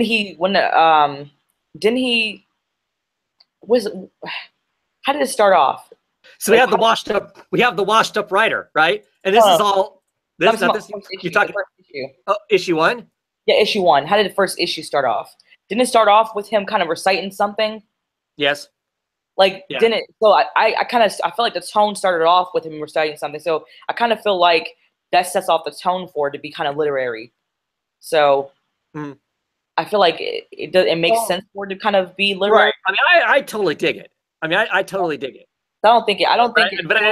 But it is. I just wonder. I've had the disembodied voice read it and was kind of like, really? Yeah, I'm not sure I'm catching all these, and are they just trying to be that way just to you know, try and act like they're smart, the rest of us? And I go, well, I mean, I guess to some degree. I don't know, because as long as you're enjoying it, whatever, you know. Well, maybe because when I read this, see, I don't know. When I read this, I went back and I read Voices. Right? Have you read Voices? Have you read Voices? I haven't yet. Okay, so maybe I'm just a little nostalgic. So I went back and read Voices, and I went back and read Rogan Gosh, and I went back and I read a few other stuff recently. So, you know, I just wanted to kind of re-familiarize my stuff. And I said, let me go ahead. Good Gilligan, right? Yeah. Yeah, I wanted to read back some of the stuff that he wrote, and I feel like it feels like, you know, it feels similar to what he's written before, and it doesn't feel like out of place than what he's usually written. It doesn't feel like it's right, that he's trying to like he's going, whatever. Yeah, he's like he's trying to be extra. Like he's being more literary or under literary, you know. Right. He's right on the nose, I think. So, like I said, I love the book, but I'd be hard pressed to tell you where's the book going. I think it's on a middle. I think it'd be in a middle grade, like a middle school. You know, I think somebody, you know, in a middle. What do you call it? A grade school reading level. Yeah. Well, right. We'll catch it. Yeah. So, but I'm just saying, if you're going to talk about this book, where do you think this book is going? As far as like, I mean, so we pick up Crosswind, for instance. We know where it's going. These two people are in their different bodies. We can see where it's. I don't think anybody can predict. I don't think there's a guy who's trying to predict where people are going. Right. There's just all kinds of crazy stuff going on in the thing. I mean, it's about these people and they just keep adding other odd cast members to it, you know, kind of a thing. So I think I don't think you should try to predict so this is one of those books you just read and roll with it, right? Yeah, I think this is a book where you don't want to. I like If, that's yeah. That's if you want a straightforward, oh, okay, this is where the book is going. Yeah. This is not the book for you. No, yeah, you just want to read it. Yeah, that's the same thing with Enigma. Like when I read Enigma, I was like, I think, and I feel like that one was a little bit easier to digest than this one. Yeah. And I felt confused with that one. You know, there's just a lot of great subtle stuff in this too. I mean, like the whole thing with the whole Kafka stuff that, you know, our good old, you know, the giant roach comes to talk to him, and then he slowly starts, metamorphosing himself. There's a lot of Kafka references in here. A lot of right. But isn't it more pretentious or anything? I mean, do you feel like it does?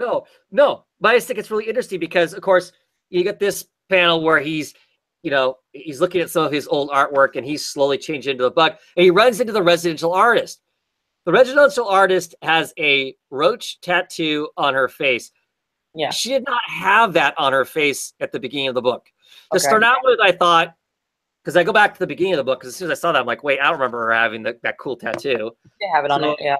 So I went to here, and of course I can't see it, but her phone is over that side of her face. So I thought, well, maybe that's, maybe it's hiding behind the phone. But no, she didn't have it to begin with. Wasn't somebody shape-shifting? It's not there. Well, yeah, but the shapeshifter's got her throat cut and is all messed up. But he was lobotomizing himself, remember? Yeah, but I'm just saying, and she mentions that the house is changing me. But I think it's curious because she also has, unless she painted that on her face at some point that we don't see, she's got this other stuff going on her wrist too. So they're both changing. I don't know. I enjoy the book. I have fun reading it, and I like just rolling along with it. But yeah, see, this is definitely one. This is definitely one of those books that there are lots of people I would not recommend this book to.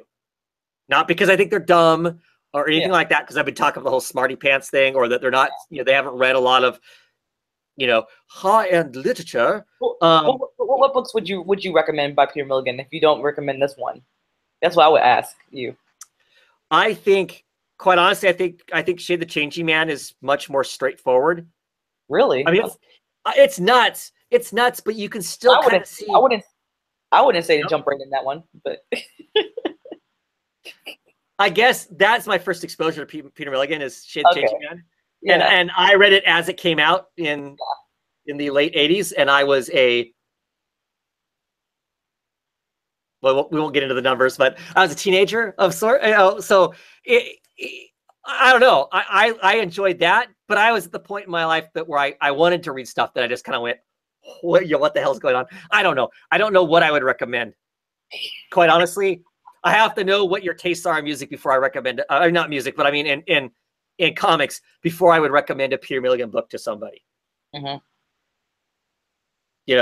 I have friends who don't like weirdness just for weirdness sake. Yeah. They are very smart people. They've read Kafka. They've read all the references that are in here, but I would never recommend a Milligan book short of like Britannia, because that's pretty straightforard. That's so straightforward. I feel like that'd be the most normal one. Yeah. I don't consider that a Milligan book though. I don't feel like it's a Milligan book either. But if you want to get if you want someone to read the most normal, most recent, I guess that, but yeah, but no, I mean, but like I said, those people, I would not recommend this book to, because they just don't like, they don't like Lynch, Lynch movies and stuff. I mean, so it's kind of like for me, it's like I get a sense of, if you don't like just kind of weird shenanigans for the sake of weird shenanigans, Milligan is not a writer to be reading, kind of a thing. Whereas I love that. I gravitate towards that stuff. Well, so I feel like this lobotomy is kind of like Lynchy. It is? I feel like it is a little bit. Oh yeah. Oh yeah. This in particular this one. I mean this particular this comic one. This one is. Mm-hmm. I don't know. Yeah. For sure. I mean I didn't really think that this whole bug on her face was changing her. I was more so thinking that was shapeshifter. I mean, I'm gonna have to reread that because I was No, because the shapeshifter is still got the tree, you know, and right. There's the effed up throat and all that kind of stuff. I thought he fixed her, but I'm about to reread Well, it. she's starting to regenerate. Yeah, and, I thought he and, and she's regenerating, and of course, when he also does that, then he starts doing the whole, metamorphosis thing. He runs into the roach, and then he's wandering around, and he gets down in one of the basements, and the artist, because I'm assuming it's the artist because she's got the braids and the rest of her look is the same. Mm-hmm. You think I don't think it's a shapeshifter because she's talking about the art, and I wouldn't think the shapeshifter would be having that conversation. I don't know why. Maybe I assumed because I was like maybe the shapeshifter turned it to her because I was like, why she looks so different, with the right. You see what I'm saying? I thought the shapeshifter decided to change it to her or something. That's what. Yeah. That's what I. No, I just think that I think she's legitimately the artist. Yeah, it's probably what it is. So, yeah. I'll read it. Fun stuff.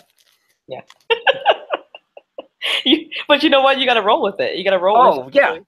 but I'm okay with that though. I'm okay with that. It's fun. So what's next? What do you want to talk about? Did you read Coyotes? No, I did not. Okay. Is that like the second issue? The first issue? That's the first issue? Yeah. I didn't read it. What'd you think of it? That's an Image book. Yeah. Right? And it has to do with crossing the border? Yeah.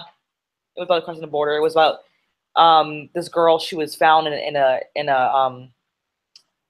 his house. She's found in his house where, there's tons of bodies, like they were torn to shreds. Mm-hmm. And she was just completely mute. Then, and she's being interrogated. They're trying to figure out why she was in there mute, like what happened, what occurred. They're interrogating her, and then, we're getting this dialogue from her on what happened. Apparently there are these coyotes that are actually magic of, I guess, to some degree, that they're apparently human, but they can transform into coyotes that are killing people. I don't know. I didn't like it. Okay. Sounds strange. I don't know. There's something about it that it didn't look like it was something that I was gonna. I didn't like it. Be that interested in. So. It was one of the first books I had read. It wasn't what I thought it was for some reason. To be honest. Okay. Yeah, I don't know. I read the solicitations on it. You have to. I got so many books. I had to start making some decisions on not picking everything up, and there was just something about it that wasn't going to sell for me, so I decided not to pick it up. I don't remember what it was, but yeah. It's one of those books that I read in lieu of Michael Crichton. Nice. There you go. So a new book that I picked up, number one I picked up was Port of Earth. Yeah. Issue 1. I picked it up for the artist Andre Moody.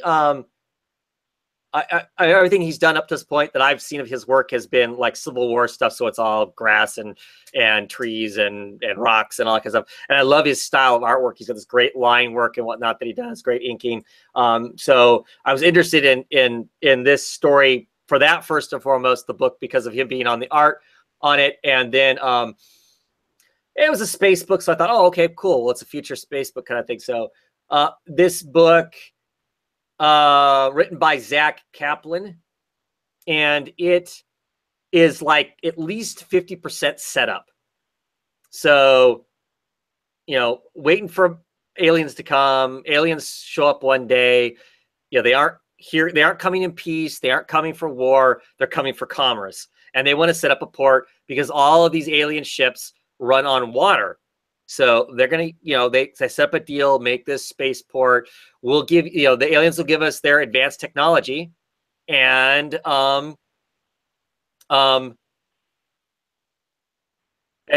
let them use some of our water, and everything seems fine to start out. We build the spaceport by 2020. The first year, only one alien shows up.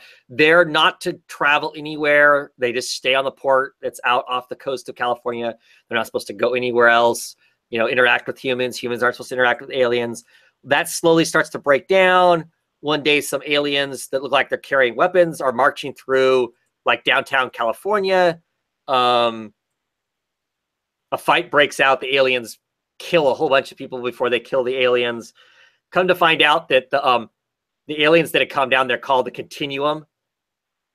Originally, they acted like they were like the equivalent of the alien UN. They're not really. They're actually the equivalent of Chevron, the Chevron station. They're like a gas station. They're a gas station company is what they are. And because Earth's on one of the outer parts of the galaxy, they need a port to be in and whatnot. So they so they have this spaceport. But like I said, most of the book is just set up to get up to kind of explain. So anyway, they have some conflicts. They promise that they'll they train some humans to take care of security. They give them higher end tech stuff. Everything's supposed to be hunky dory. By the time we get to the comic, we have these two guys that are on duty to like alien patrol. And there's two drones that are following them that are part of a news agency, and they're kind of like putting on airs, acting really cool and whatnot, because they know nothing's going to happen where they're at. But suddenly something happens. They find some dead people. They do some scanning and find out they've been attacked by aliens, and they're going to have to go into this cave. I'm going to get a few more issues. But boy, it was a lot of book that was just set up to try and get to start an actual story with actual characters to have even a remote level of interest in. And I don't know if the two policemen at the end of this that we're following are really that interesting to be invested in. So kind of sad as far as that goes, because the art's fine. It's nothing special. I kind of wondered if that would be the case just because of how much is kind of straight line work. Here's the spaceport and whatnot. I don't know. To me, that's not that very exciting. Here's some of the aliens wrecking stuff and whatnot. So that's some pretty decent art. The colors are very subtle, very kind of subtle sepia colors. It wasn't bad. It just took way too long to get to these two guys going into this culvert to check out if there's an alien in there that's killed some people. And when I say kill people, when they blast people, I mean there's literally a hole through the body, kind of a thing. So I don't know. It was okay-ish, but not anything that had me too terribly excited. I'll get 3 or 4 issues just because of the sales, but the next one is kind of as dry as what this one is.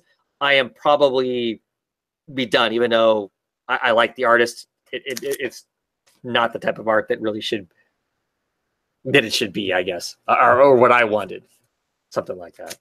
But at any rate,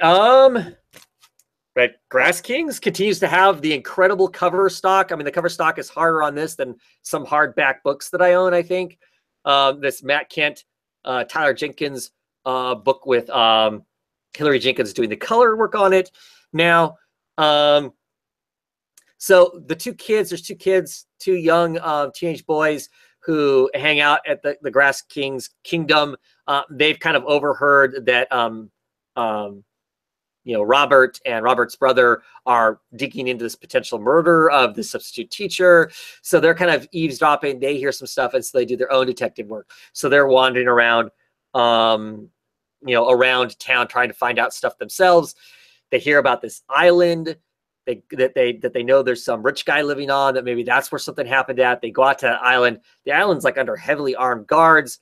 They basically get escorted away until if they come back, they could be dead. So they go back to the Grass Kingdom. They're kind of freaked out over that. They decide to visit these two sisters. These two sisters live in kind of like a radio tower and bunker kind of a thing.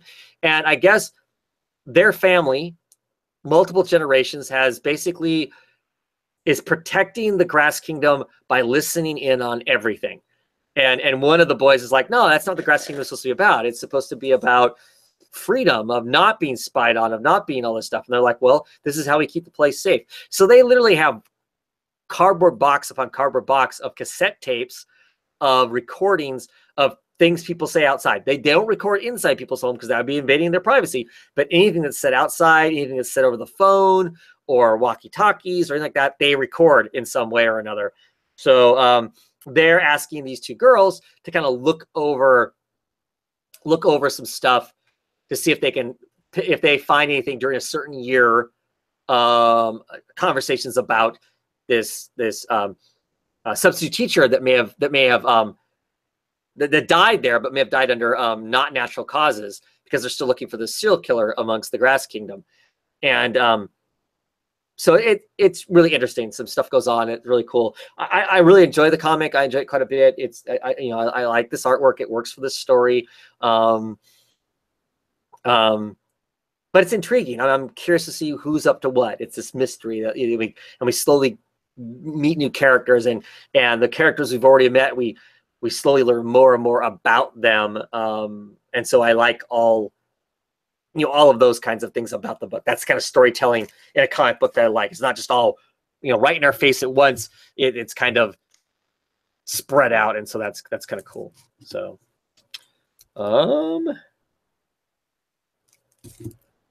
Hellboy, BPRD, the BPRD 1955, Occult Intelligence.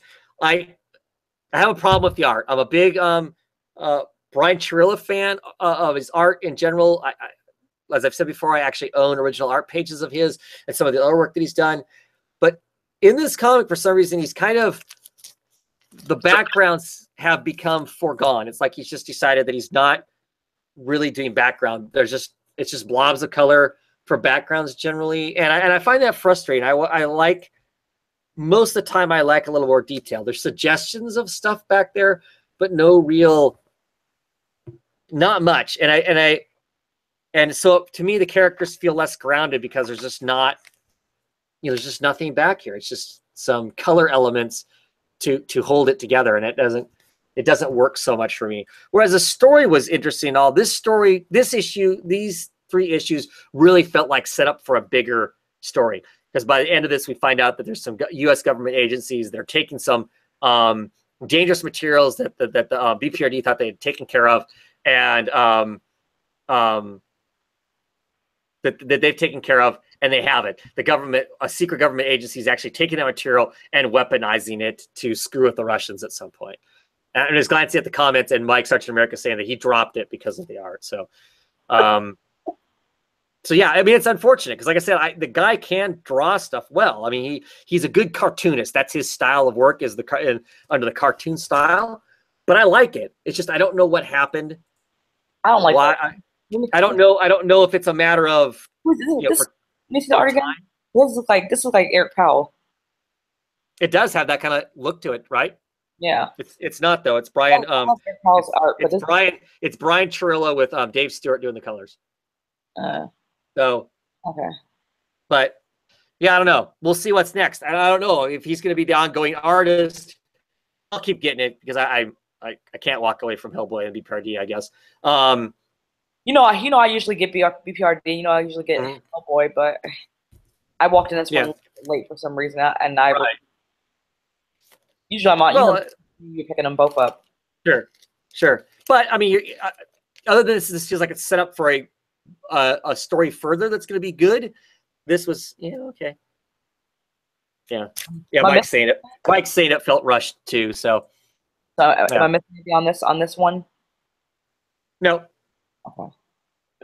Nope. So what else? What else do you want to talk about? I think that may be all for what I got. Okay. Let's see. I want to talk about 2 more briefly. Slots. I picked up, of course, the 2nd issue. Me and you read the 1st issue, right? And it was just kind of like blah. Yeah. It continues. It continues. It's meh. Nothing intriguing about it. The cover looks cooler than anything else that's in the book, to be quite honest. It was very paint by numbers for most of it. They're in Vegas. The guy, when he was there in the past, had a best friend, slept with his best friend's wife. You know, they stole each other's stuff. You know, all the standard, you know, all the standard stuff. And there needs to be something else. You know, I don't have a problem with those stories. You know, but there needs to be something, and there really wasn't. This issue was a lot of a story telling a story about a story. It's him going, oh yeah, back in the day when I was a kid, this is what we did. And that's the whole thing. It's like setting up further what's going to happen. And I just don't. Yeah. You know, you're too hot on that. Yeah. So whereas in my haul video, I couldn't pronounce the guy's name. I still can't pronounce it, even though I was told how to pronounce it. But I don't need to know how to pronounce it because I'm not going to talk about it anymore. There you go. There's that. Did you read the last issue of There's Nothing There? I don't know why I liked the first 2 issues of that book, and I don't know why I didn't. I dropped off of it. Okay. So this is the end. This is the end of it. I won't spoil the end. But everything comes to a header. They go back to the place that they had the original orgy at, that end up getting her kind of connected with this supernatural entity that allows her to see the ghosts, see dead people, and this guy that's hunting her. They all end up at the same place at the very end. They're attempting to cast some other spell. They do, well, stuff happens, and it's not a happy ending at the end of it. Yeah, do you feel like this is going to pull you into trying more black? Because I know you said you don't feel like you like. I haven't had good luck with either. Yeah. I haven't liked the Black Mask books, or they come out so horribly inconsistently. So you feel like this is going to make you want to continue on trying at least a few of them based off of how this one turned out? Well, I always, when I order my books, I always look to see what's there, see if something new is coming out, and if it seems like something I might be interested in, I'll try it. But there's these things about this company that frustrate me. Yeah, I will read something else that that Patrick Kindleman writes, because I just think he's kind of an interesting writer. I love reading his back matter because he is really he's really sassy about the comic book industry. He's not. He doesn't like a lot of it, and the shenanigans and the whole, let's go to the con and pimp ourselves so we can get hired by the big two. He thinks that's all kind of bullshit. So it's kind of fun to watch him read about that. I don't know what he's going to have for a career by doing that, but at the same time, I love the back of this one, because the back of this one, he goes after all the stupid dude bros, the SJW haters, all those guys. It's like he doesn't really say their names, but he's like, look, if you tear down part of the comic book, part of the comic book industry because something isn't for you, you're going to hurt the whole comic book industry. Just don't read the stuff you don't want to, and read the stuff you do want to. Don't burn something down in the process of it. Exactly. So I like it. I like what he has to say. I mean, I think he's very honest and very, maybe to the point to where he could, like I said, he may not be a positive, he may not be somebody that people are excited to work with because of how how kind of toxic he is about that kind of stuff. But I appreciate it, and I will try something else that the artist Maria Lovett does, because I just think her style is kind of strange. It's just I know, right? It's messy, and the color choices are odd enough that it makes me like it, because it's not. It has kind of a fashion. I think she comes from the fashion world, drawing fashions, doing the artwork for clothing lines and that sort of stuff, I think is where she comes from. Yeah. So it has that kind of elements to it. And it's interesting, different enough for me visually that I'm happy to read it because of that. Mm-hmm. It doesn't look like 90% of my, Marvel or 90% of my DC books. It's got its own feel to it. So either one of these creators do something else, I probably will check it out and pick it up and whatnot. But man, like Cal X, for instance, came out. The first issue of that came out. I really liked it. That whole kind of, Trump is president, this kind of off, kind of alternate, history and California's broken away. Issue 1 came out, except for a couple elements in it, thought the whole thing was cool, liked the characters, excited for it. That has to have been 4 months ago. Yeah. The thing gets picked up for movie rights, it gets picked up for all this other stuff. It gets written up in kind of quasi-political places as being, ooh, this kind of edgy look at, what? As soon as you start getting courted by the movie people, you just quit making the book. I don't know. Crazy. I don't know. Yeah. Yeah. And Black came out consistently. Yeah. The covers were really cool. The covers were edgy. As everything, and they were absolutely freaking cool. I mean, they're the kind of stuff you look at and went, ooh, kind of stuff. Mm-hmm. But the inside was nothing like that. The inside was a dull, X-Men kind of a book. I was really disappointed. I was hoping it was going to be this kind of edgy, ooh, what happened if the only people who had superpowers were Black people? What's that going to be like? Mm-hmm. Well, the same. Whatever, they're still oppressed, they're still hiding, they're still bull crap. Yeah, if you suddenly had superpowers, you'd be freaking kicking everybody else's ass if they kept trying to put you under their thumbs. So, exactly. Yeah. So I don't know. That's my problem with Black Mask. I want to like it, but they need to. To me, that feels somewhat unprofessional. I don't mind these independent comics when they put out, an arc and then they take a 4 or 5 month break. Totally get it. That way you have some time off. You have time to get caught back up. So there's not weird breaks or whatever. I'm all for that. Whatever. I mean, they frustrate me when I love the book and I want to just keep getting it. But I understand those people have to recharge themselves. But when it's just inconsistent, there's no rationale for the inconsistency. I mean, maybe I don't know something. Maybe somebody who did Cal-X had a heart attack or whatever. And so that would be reasons why the book doesn't come out clearly. But I don't know. It's frustrating. That kind of stuff. So for sure. Yeah. Agreed indeed. I don't know if there's any indie type news. None that I've run into that seemed particularly newsworthy. Are you watching The Walking Dead this season? The Walking Dead? I haven't been. Honestly, I haven't been watching it like I should.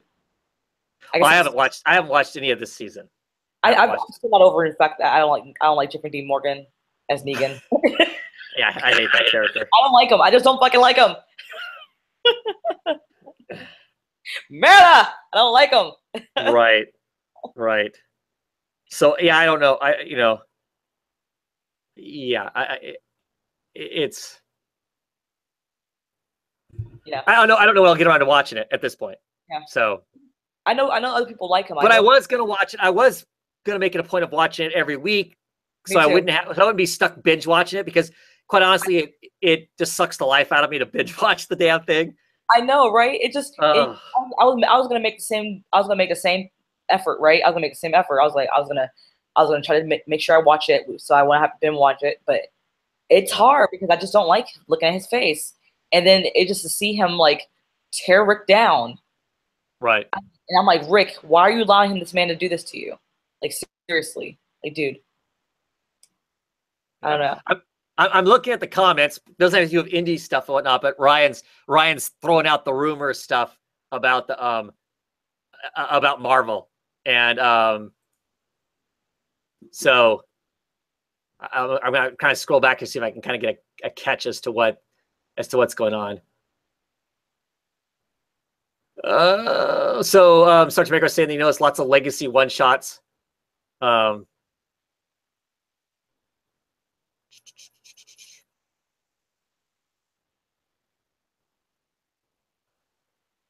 he's saying that Marvel is basically, I think he's talking about Marvel here. He's saying that they're not taking any chances anymore. If shit doesn't sell, they're not giving it a second chance. it's that Legacy is basically a failed relaunch at this point.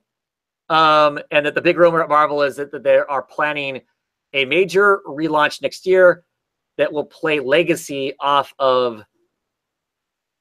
as being I can't read because I have a stupid arrow in my way. A lead into it, a pre-launch, if you will. Yeah, I didn't think that was supposed to be the case. I thought Legacy was just supposed to be kind of a wink and a nod at the old stuff, but not be that kind of spin back into that. So, oh, I know their news. Ed Bendis. Oh, what's going on with that? No, not Ed Bendis. Michael. Okay, I was gonna. I knew who he was talking about though. I seriously knew. Yeah. Because I was like, he left Marvel. He left Marvel and signed an exclusive with DC. Whoa! What? So this is the guy who created Jessica Jones, right? Helped create Jessica Jones. Helped create Miles Morales. He is working. This dude is strictly Marvel. Yeah. He signed an exclusive. He signed an exclusive this week with DC. We do not know what he's working on. We don't know what he's going to do. He teased this giant stack. He showed this picture of this giant stack of books. And I mean, it had everything from Batman to Superman, Justice League. It had everything in it. This is insane. Like, oh, I'm doing some reading, right? We're living in the upside down world. And I'm not saying, listen, because you already know I dropped Jessica Jones a while back. Right. I didn't like his Jessica Jones. I just didn't, because I felt like it was just too much going on. Uh-huh. However, who's going to do Jessica Jones? I might just pick it back up. Now I don't know. That's one of the questions. What happens to the books or his books when he's done? Do they just? I might just pick it up now that he's gone because I want to see if it's going to be good now. Yeah, Ryan is saying that Bendis leaving is a financial move. Because he probably was asking for too much. You think maybe? Well, or Marvel's going down. Is having enough problems that they're just taking care of the expensive contracts, right? I don't know. So Ryan is saying that he negotiated with DC to try and get a better deal from Marvel, and they declined to match DC's offer. Okay, sure. What happened? Also, Marvel didn't want him. Well, he went to DC and went, "Hey, what will you pay me?" And DC goes, "Well, we're going to pay you 50 cents." And he went back to Marvel and goes, "Marvel, DC's going to pay you 50 cents. You going to pay me 75?" And Marvel went, "No. See ya." I don't know. I don't know if that's what it is or not. I'm curious to see if Hickman actually signs on. I know that Hickman has actually written some pitches for DC, but Hickman does not want to sign an exclusive. Smart of Hickman, in my opinion. But better not to dance to try to do that whole back and forth. Right. So I mean, there's some interesting stuff. I mean, that'll be some real curious to see how that all plays out. That's going to be. I'm curious to see what he does. I'm not super excited about it, to say the truth. I have read, some Bendis stuff that I've really liked, and I've also read some stuff that are just like, oh my god, this is boring as hell. So I don't know. I'd like to see him do like Green Arrow or something. I think it would be curious, but I don't think they'll put him on that. They're going to put him on some top tier book, I'm sure, because of the money. If they're paying him top dollar, they're going to put him on a top dollar book because he's going to be a draw. There's a certain amount of people that are fans of his. They're going to show up and read whatever he does for DC. So, I can't believe I forgot about that because that was kind of a big. So much has happened by the end of the week that the stuff that happened at the beginning of the week is not that not big a deal. So Ryan's saying Superman or Action Comics. I'm kind of hoping it's not Superman because I really like Tomasi and Gleason on. Oh, so Tomasi and Gleason are getting to the end of their run. So, okay, makes sense. I doubt I stay on the book. As much as I've actually surprisingly been kind of liking Superman, I don't know if I'll stay on it or not. I'm not, because I'm not a huge Superman fan in general. I'll just stick with the Super Sons and the new Superman. So, and see how that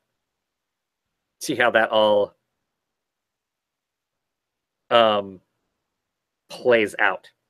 So yeah. I don't know. I mean, it'll all be it'll be interesting to see how that all plays out for sure. And if there's any more moving and shaking, and if he comes over and starts working for DC, does he start taking artists with him? Do we suddenly see a bunch of Alex Maleev doing DC books and that sort of thing? I don't know. Well, hopefully he got what he wanted.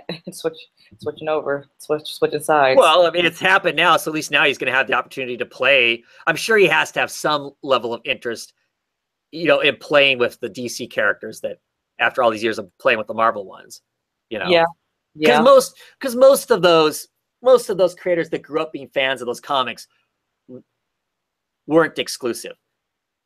Because those guys are all basically aroundish the same age as me. And we read everything. There wasn't a Marvel versus DC thing then. Not really. I mean, you might have been a fan of one book more than another, but there wasn't. I mean, they put out books like the X-Men and the Teen Titans, Phoenix, whatever. I mean, they put out books together. There certainly wasn't the same kind of fan hatred that there is now. At least I never saw it when I was a kid. At the time, there actually was a comic store in the town I lived in. And I never ran into anybody in the store that was, oh, you like that? Oh, you're Scott. There was never any of that kind of a thing. We read superhero books. It didn't matter which company they were. So I'm sure those guys have an interest in writing for both at some point. So anyway, I noticed that Mike also mentioned under kind of the indie type news that they've officially cast Ellen Page to be in the Umbrella Academy. When that comes out, Broadway's Umbrella Academy is going to be coming to the screen. Netflix, yeah. Well, okay. Also, as far as like movie TV, that sort of stuff, they've started casting for Deadly Class. I can't remember all, and yeah, I can't remember all the people that are going to be in it. Henry Rollins is going to be in it. What role would Henry Rollins play? He's an old man now. I like him too. I love it. Is he gonna jump out and do some old Black Flag or something? Do you know he auditioned for Negan? And I believe it. And do you know they had the freaking gall not to choose him? They're stupid. They're freaking stupid. Oh, he would have been the best. Oh, he would have over the top nailed that, right? Over the top. Maybe that's a good thing because I freaking hate that character. So maybe it's a good thing he's not that because I kind of like Henry Rollins. So, but I don't know what I'm just kind of thinking, okay, what's his role going to be in that? I know, right? Because there's what Master. Matter of fact, it's a movie. Whatever. There's like the head teacher, what's his name with the big old foo? Yeah. Henry Rollins can't be him. That doesn't make any sense. Yeah. I think one other time we see a teacher. Helmet. What about Helmet? What's that? Was the guy? How you pronounce his name? Helmet. but those are teenagers. They're high school students. He can't play. I know, I was playing it. Even if he dyes his hair, he can't play. I know, it was a joke. I wouldn't think so. I don't know. I don't know what maybe his father. Whoa, that could be. He could play a temporary somebody in it. But they announced somebody else too, but it wasn't a name I immediately recognized. So I don't remember offhand, and I didn't look it up again beforehand. So that could be interesting. I'm curious about these shows and also really nervous because I like the source material. I'm super happy with Umbrella Academy. I'm super happy with Deadly Class. I don't need those things to be. I really want them to bring back. I want them to stop playing. They did a pilot for Lock and Key, and they never actually brought the damn show to fruition. They need to bring. They're bringing Stephen King, all the Stephen King stuff to TV and to the screen. Why not bring his son's stuff? Lock and Key. Because Joe Hill's name isn't as big as Stephen King. That's why. And it's fun though. I mean, Lock and Key is big in the comic world. It's like Stephen King has enough money to throw out whatever he needs to if he wants to make it happen. It would be part of my guess. And generally, what happens is once they've started something and it fails, then it never ever gets made. That's like I wanted a Sixth Gun show. They did the pilot. There's a 2-hour pilot out there. And that's it. Yeah. And because it's failed, it'll never happen now. Yeah. So I'll tell you. But like I said, I'm one of those people. I like the source material. I like the comics. I read a good comic. I don't ever feel like, oh my God, I have to see that live action. If somebody makes it, cool, but it's not a necessity for me. It's not the first thing I think of when I read something, so. Yeah. Ryan C is saying that it's being floated now. Lock and Key is in development somewhere as a movie instead of a TV show. Yeah, it probably would be best for them to do a movie, I guess, I suppose, than a TV show. Oh, that's a lot of information. It is a lot of information, but to pick through to try and decide what you're going to make a movie out of. We're probably going to do installments. We're probably going to do, installments. If the first one's successful, just keep doing them. Yeah. Could be. But the little girl from Lost Girl, the one who was the little sidekick, they had her as the yes, the Russian. Yeah, they had her as the thing that lured you. They had her. Oh, that's right. Mm-hmm. I do remember seeing that. Yeah. So I don't know. I guess the biggest excitement for me is I hope these comic creators continue to make comics because I love their comics. But I also think it's exciting and awesome if they can sell or be involved in clearly something that makes more money, so they can be more successful. So maybe they can keep doing stuff. I hope they don't become Mark Millar, for instance, who I feel like just writes shit to be turned into TV shows or movies, and I don't enjoy that at all. I know it. Like I read a lot of Rick Remender books. If this takes off and it sells well, and then they sell some of his other books, I hope that doesn't turn him into something different than what he's doing now, kind of thing. I guess is where I'm at with that. So that's my only thoughts. I'm happy to see these people excitingly, potentially going to gain a lot more revenue. I think that's a really exciting and good thing for them because they put in so much hard work for not tons of money. So yeah, I mean, kudos to them. I just hate books getting picked up and then suddenly we don't get any more book because somebody got picked up. So they quit working on, we don't see the rest of the title. That's frustrating. So, yeah. And I think that's all I have to say. I think I've talked out. Good night, folks, right? Yep. I think we're done. Anyway, have a great one, everybody. Thanks for coming on, Rez. Thanks for coming on, talking books with me as always. Sergeant America, get your shift changed so you can come on and talk comics. Same with you, Ryan. So you need to come on the show. You got to get those people to give you a better shift. Get you people on the show. Talk some comics face to face. Anyway, thank you guys for being here in the comments. Always appreciate it. Everybody who watched live, of course, great. Those of you watching after the fact, awesome. Those of you who give us thumbs up, sweet. Those of you who give us thumbs down, the 3 or 4 of you, thanks for that too, because it's all traffic, right? Anyway, we'll see you next time.